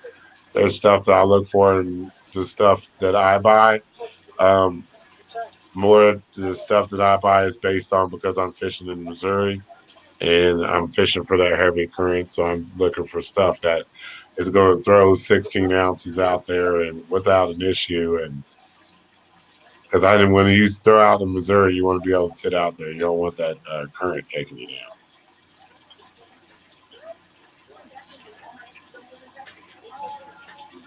Yeah, that Cat Max bait caster. I don't even know. I've tried looking for it. I don't even know if that's available anymore. That is, I think that's still available at Bass Pro. But I think Academy has it too. Okay. Wonder what? How much? I wonder what kind of line you can fit on that. The Cat Max rod. Yeah. The reel. I use 30. I only use 20-pound braid. Is all as heavy as I go. I'm still trying to get around these guys that's using 80-pound and 100-pound test on their rods. What kind of reels are they fitting all that line on? There ain't very big reels. Yeah, you would think, because where I'm looking at it, you only get a lot of those reels when you're getting that heavy line. You're only going to get 150 yards of that. Huh? You about get 150, maybe 200 yards at that. Yeah, if you're lucky. But with the 20-pound braid I use, it's at 6-pound test diameter. At 6-pound test line, that's a 20-pound braid. Takes a lot of line for an 8,000 pin.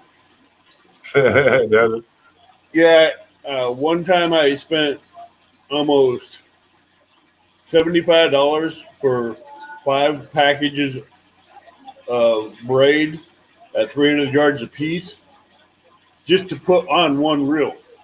It took 2 paychecks to spool two reels. It's a lot of money right there, huh? Yeah, that's why I'm looking for a different thing. But that was not cheap on braid. I can dig it there. So you're a braid guy? Yeah, I like the braid better. Even when I'm snagging, I like braid. I never really used my too much stretch. Monofilament has way too much stretch, and that braid I can get a lot better casting distance with it. Yeah. Because it's thinner and it's lighter, and I can put a 5-ounce weight on it. And that just soars across the river. I mean, it's like shooting a 3/4 ounce weight on 1-pound test line and watching it just fly right off the spool. That's the kind of cast I want to get out. I know that's what I'm saying. I like 20-pound braid. Now I tell you what, with a 4 or 5 ounce weight in the Missouri or Mississippi or a lake, you can hit the middle of the lake. Yeah. You can hit any channel out there. Now that's what I want to do when I go fishing at like the Lake of the Ozarks. I never really have any good luck there, but I feel like maybe style of the way I fish, or maybe the spots I fish, or maybe there's simply just too many people out boats when I go fish.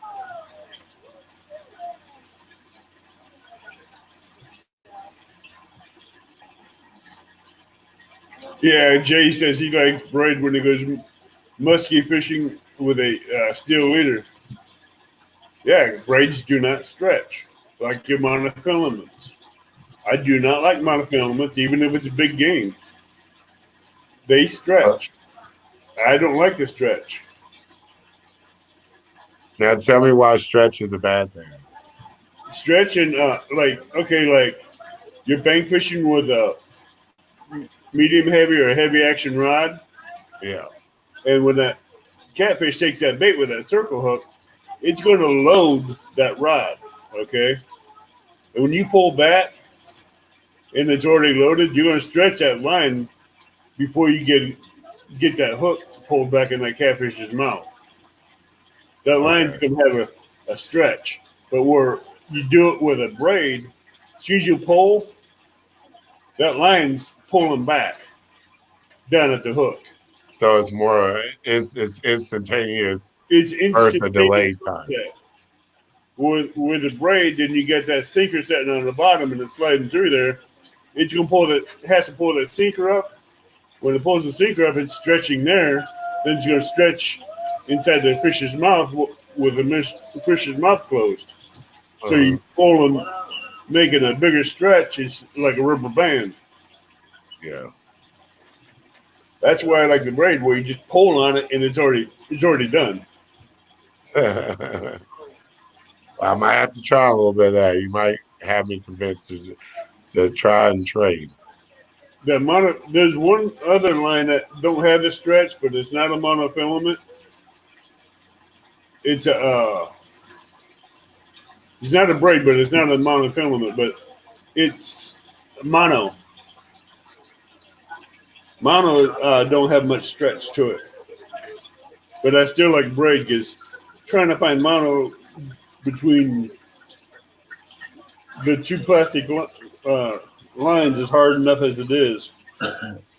Right now, on most of my poles, I'm either using tri-line or P-line fishing line. Now, 40-pound big game or 30-pound big game would be good for your rods because it's super strong. I mean, if you get snagged and you go to pull on that big game, if you're hooked under a tree under the water and it's where you can drag it out, you'll pull that damn thing out. It's like 17-pound Cajun. That Raging Cajun line? Yeah, made by Zebco. Yeah. That is some super strong line. Yeah, it's even hard. I like that line, but the one reason I hate that line is when I get hung and I can't get out, I always have to cut it. I can't just pop the line. I have to go all the way at the end and snip it off because it doesn't pop. It doesn't break. You have to cut the line. I know. Same way with the big game. You have to cut that line. Those are two lines that are just. Those are two lines you do not want to wrap around your hand and try to pull the snag out. Yeah. The Cajun will cut you in a heartbeat. A big game would just break your fingers. So I'll mess with it. I just cut it.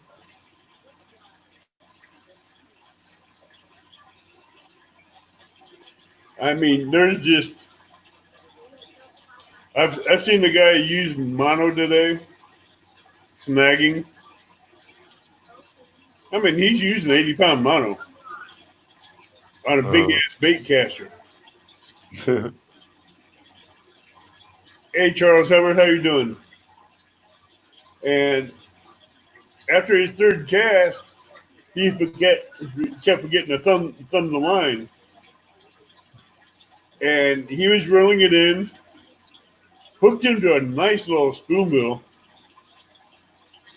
and his stupidest thing he's done is that to keep reeling, he accidentally hit the button that you cast.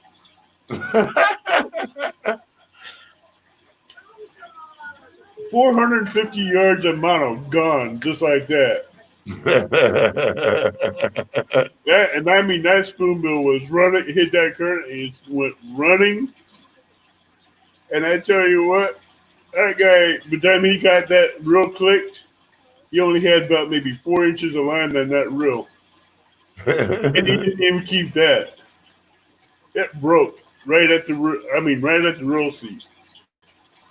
You can see that knot just go, ding! One experiment I was thinking about trying the other day is I wanted to know what happens if you cast a bait caster instead of thumbing it to stop it. What if you click the button and click it back and turn it to off? What will happen? That's going to cause some severe damage inside that bait caster. It was just an experiment I was thinking of. I was like, well, what if I just do it this way? Well, one, what kind of line are you going to be using? I'm using 30-pound test on the P line. That's what I'm using. Is it mono or is it regular line? Mono. You probably snap the line if you have a 4 or 5 ounce weight. Yeah, I'm using probably 8 ounces on there. 8 ounce weight. You might as well just kiss that weight goodbye along with the hook and the bait and everything. Well, I know not to do that. I was fishing the other day and I just thought about it. It looked like a bright idea to me. I was like, why not just stop the thing yourself by switching it to off? That would keep it from bird nesting. I tell you what, watching some of these people try to use a bait caster today snagging was funnier than hell. They're out there casting like this, and they gotta click and flip over that lever and try to get caught up in the bottom. You're like, it's much easier with a spinning rod, right? Because I'm out there with my spinning rod, casting out there, flipping the bell and reeling, and they're looking at me like, they're losing more sinkers and more hooks than I am. Yeah, that's my bad habit, losing sinkers and hooks. So I keep a lot of them on hand. They're telling me that they can outfish me or outsnag me with bait casters and not get as many snags as they'll get less snags than I have. And they're going through maybe 4 pounds of treble hooks, number 10s, quicker than I am. I mean, they're going through, say, 7 pounds of weights within an hour. So go figure on that one. Yeah, who knows how that goes. And I tell you what, that's just weird. I won't even use 10-pound braid on an ultralight rod. No need for that, huh? No, that's just, unless you're in a heavy current, I would go with 10-pound braid. But if you're going after bluegills and crappie, 6-pound test is plenty. Oh, yeah. 10-pound braid is basically white bass fishing. You're trying to horsey fishing if you're doing that. Uh-huh. Yeah, I get that in.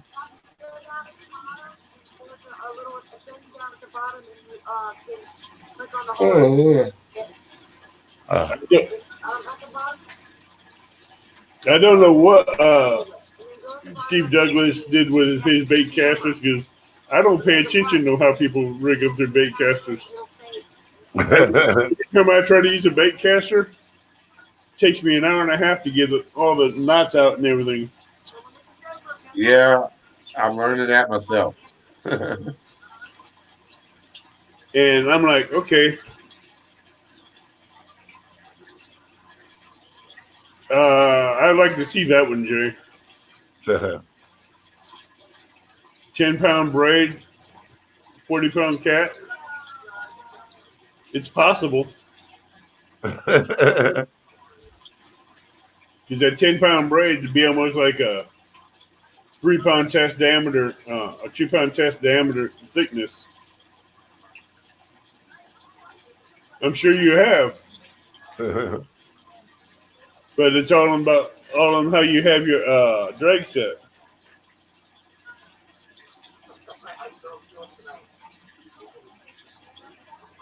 Yeah, today's been a long day. We worked hard today, scrubbed a lot, cleaned a lot today.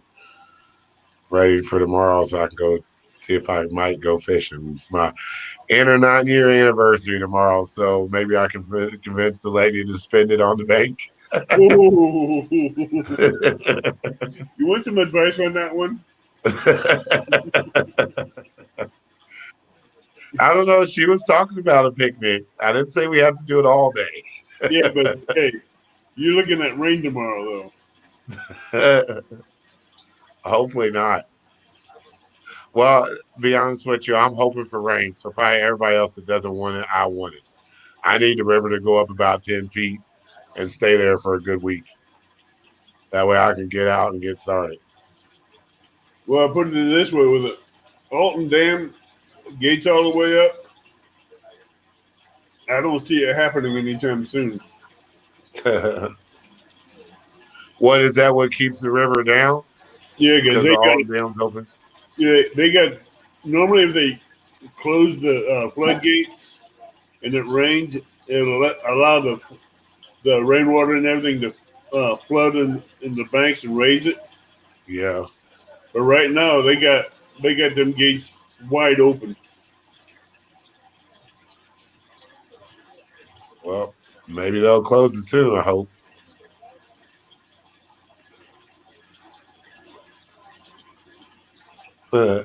Charlie said, I got rain gear. I'm going. Oh, I have rain gear. I even have rain boots. Nah. I might go snagging Monday. Sounds like fun. Yeah, but there's too many people up there today.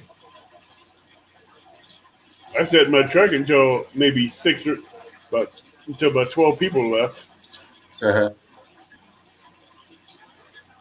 Where you at, Jay?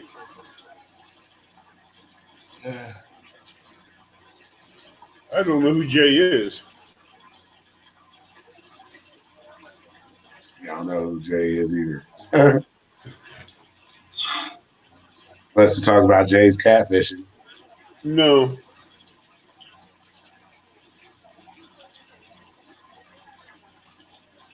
I've never. No, this ain't Jay's catfishing. This is someone else.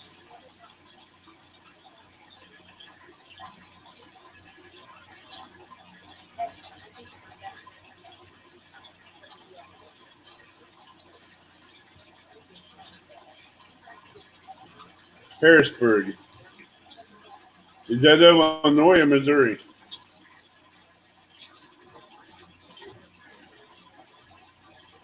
There's a Harrisburg in Missouri, but I don't think he's talking about. I think he's just talking about somewhere else. He just said,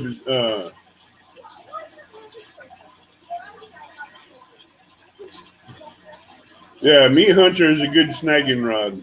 Or Harrisburg, Pennsylvania.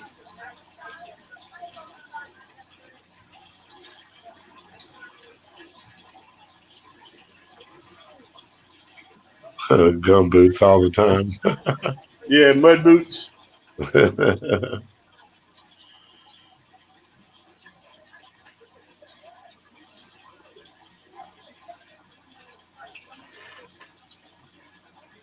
I have boots that never leave my truck anyway.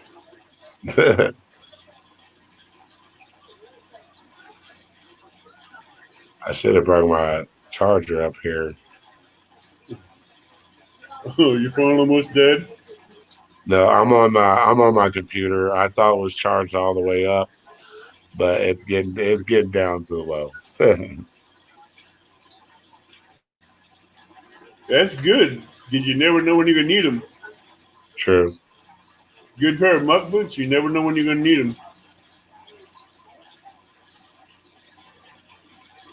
Hey, Palmetto Cats, what's up?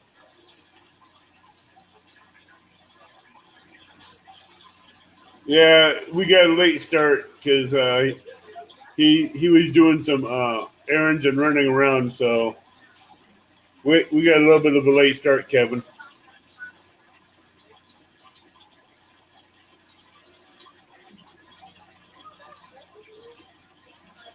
That's good. How's your friend doing?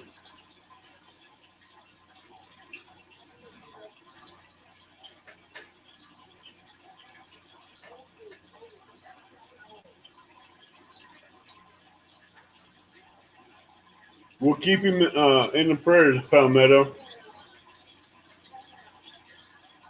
Doing pretty good, Palmetto. You know him?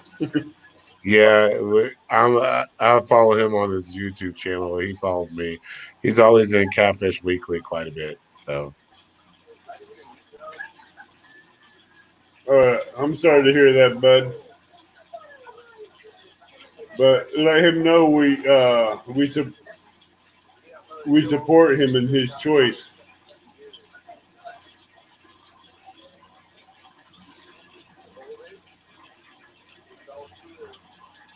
That's good, but he's still got people that's willing to support him.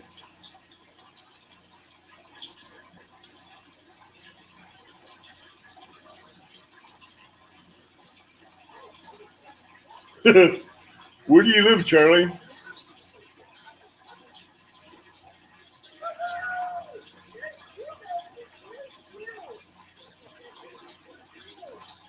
Because a lot of my followers are here on this channel. Even though we're maybe small in catfishing and everything, we still support those first responders and the military. Yeah, thank him for his service, bud. yeah, thank you for service.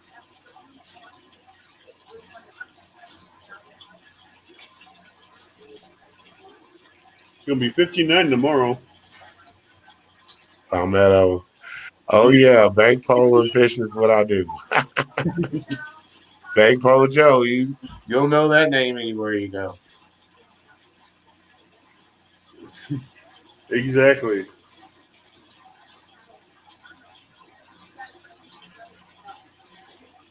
Tell you about it.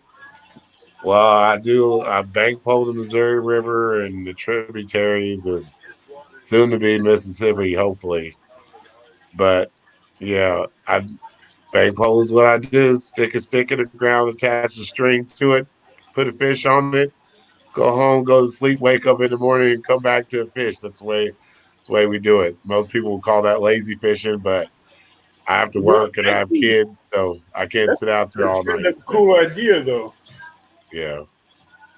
Have you ever tried limb lining? No, just because I always feel like limb lining is more for people in the boat.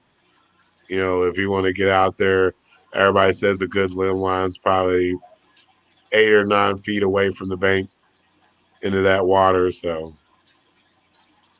and I can't lean over the water and do that. Damn it. It's almost like a trout line, but it's on a 7 or 8 foot PVC pipe, Kevin. Yeah, Palmetto, it's like trout lines, but you don't have the line in the laying in the water. It's you plug the stick into the bank. It's basically the same if you took your fishing pole and jammed it into the bank and left it. I wouldn't do that to a fishing pole. No, I'd slide it in the rod holder and leave it. Now, ideally, you could though have it. You could leave it. Yeah, Now, but I ain't gonna say that fish is gonna be there and your line might be stripped out. no, I mean I wouldn't trust the people to leave my rod and reel alone. Yeah, true. That'd be gone before you know it. Yeah, dude. People do still fish. That's for sure. Yeah, but I'm Um, talking about a good rod and reel combo. They see that though, even with the name tag and regulations and all that on there, they'd take that damn thing. so, yeah, they don't care.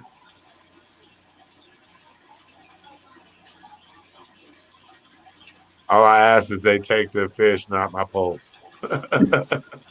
Yeah, but some of them people they don't care. True.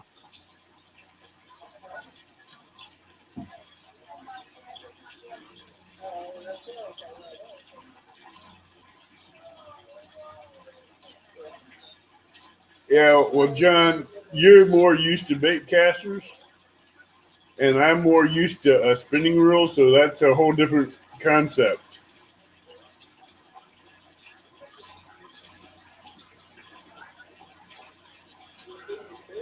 Do you have to register to get a special license to bait pole? No. The Missouri rules, you wasn't here earlier. So the Missouri rules is you can have 33 hooks in the water anywhere on the Missouri or the Mississippi or its tributaries.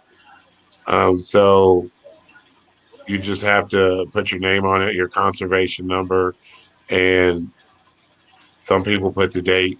I don't really put the date. I just put my name and conservation number.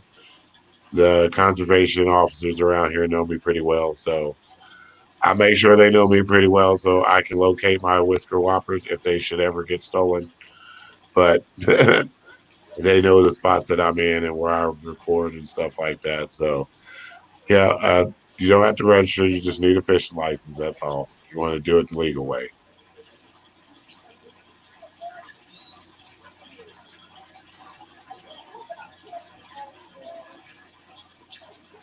I may have to get on here and get some food here in a little bit, Avid. I heard my tummy growling. I was like, something's Uh-oh. good. Something good's cooking downstairs. I can smell it. She's tempting you. Yeah. That's got the smells creeping through the doors. I'm sure they do.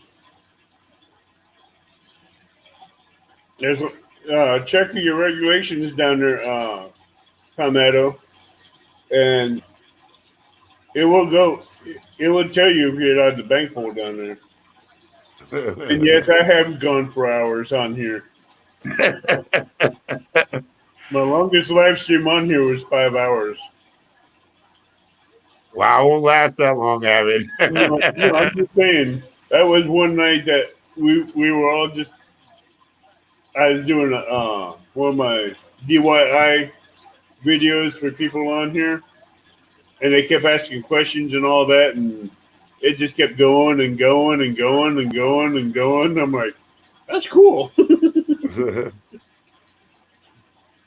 I just normally let it run with interaction with the people in chat, see how it goes, and when it starts getting down to a lull, is where I call it. I normally watch how people are interacting in chat and stuff, and when they start dying out, is when I start gonna. That's when I normally call it quits. It's nice chatting with you too, Palmetto. Check the video out after we get done. You'll check out all the stuff you missed. He'll come back and watch it. There'll be quite a few from that do.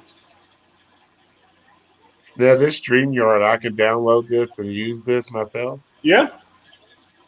You just bookmark it. You just bookmark it on the computer, save it, and you can use it yourself. You get 20 free hours a month. Really? And if you do an hour a week or an hour a day, I'd say an hour a week, that's 4 hours in a month, and that still gives you 16 hours extra. Oh, that's pretty cool. And even when I did my 5 hour streams, I did not go over my 20-hour limit. I don't know how I did it, but it did. I think I had it planned, done right, where I did a 5, a 4, a 2. No, I still got 13 hours, Palmetto. I still have 13 hours left. Somebody made some good hot wings, a little ranch will hit the spot. Yeah, don't tease me. But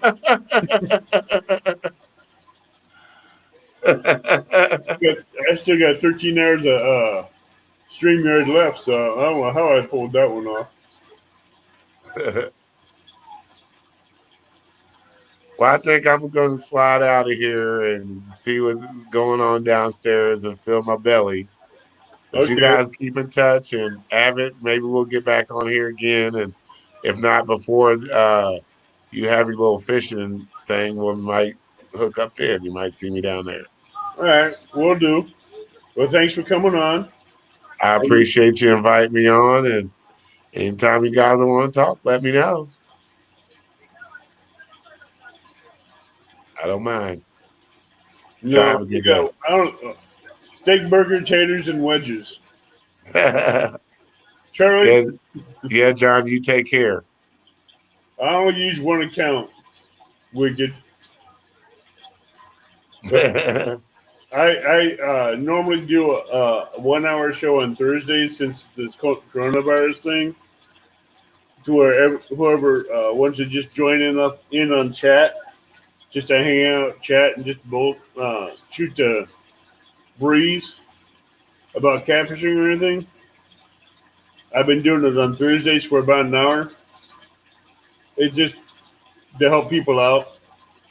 So, but Well, I mean, I appreciate you inviting me on. And you I welcome. thank you guys that stood with us and listened to us talk. Thanks for listening to videos. Don't forget to like and subscribe. Subscribe to Avid's channel if you haven't already. And I'll see y'all out there on the bank. All right, we'll see you in the bank. All right. Y'all have a good day. Hey, Jeremy, how you doing, bud?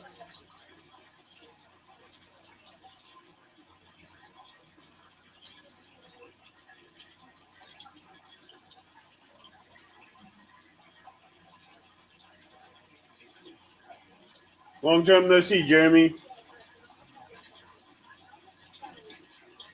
Several times in my life. It's settled because of being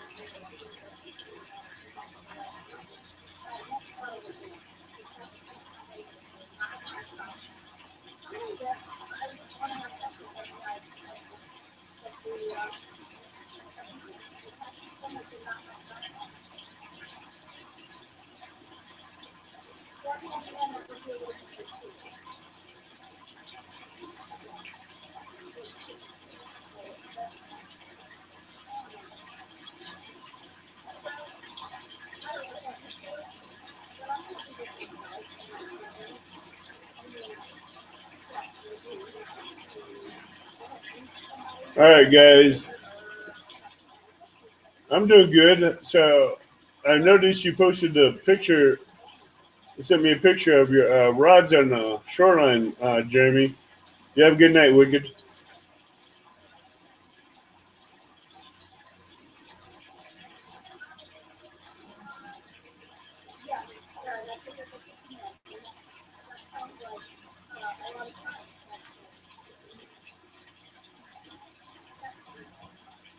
I see.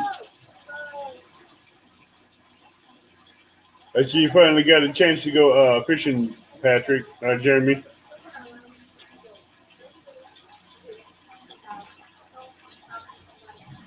You don't need to tie beads to for sinker stock.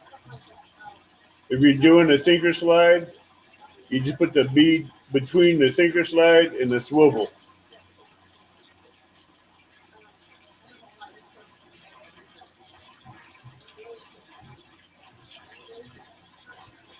Good night, Charlie.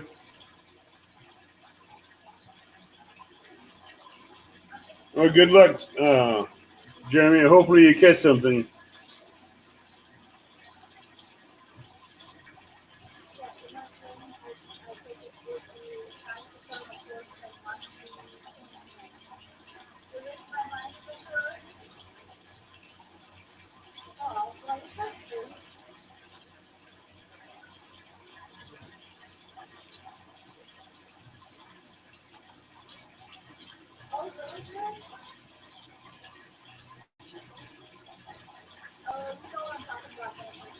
Well, hopefully you have some better luck.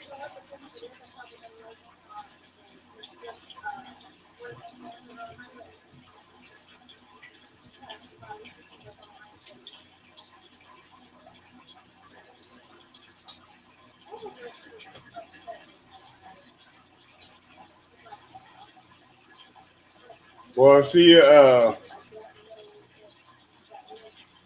Message me on Facebook, Jeremy.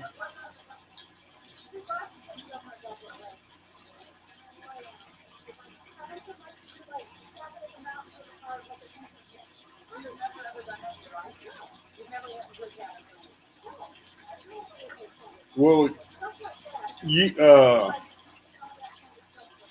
if you want to be live on here, just let me know when and what Friday night that will work for you, and we can set something up.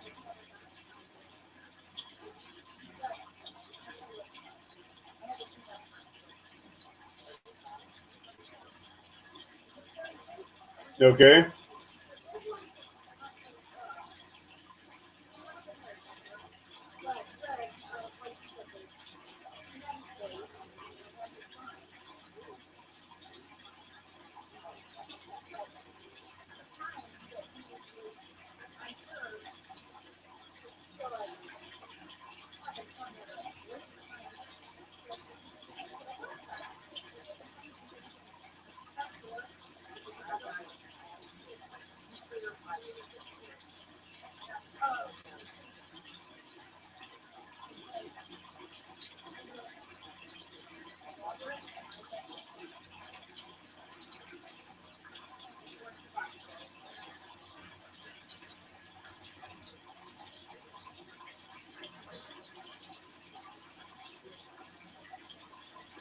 Message me on Messenger. All right, Jeremy.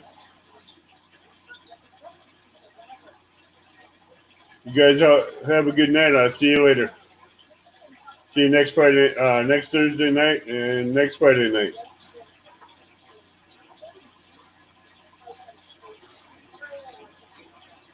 Yeah, I know, but we'll get something figured out. See ya.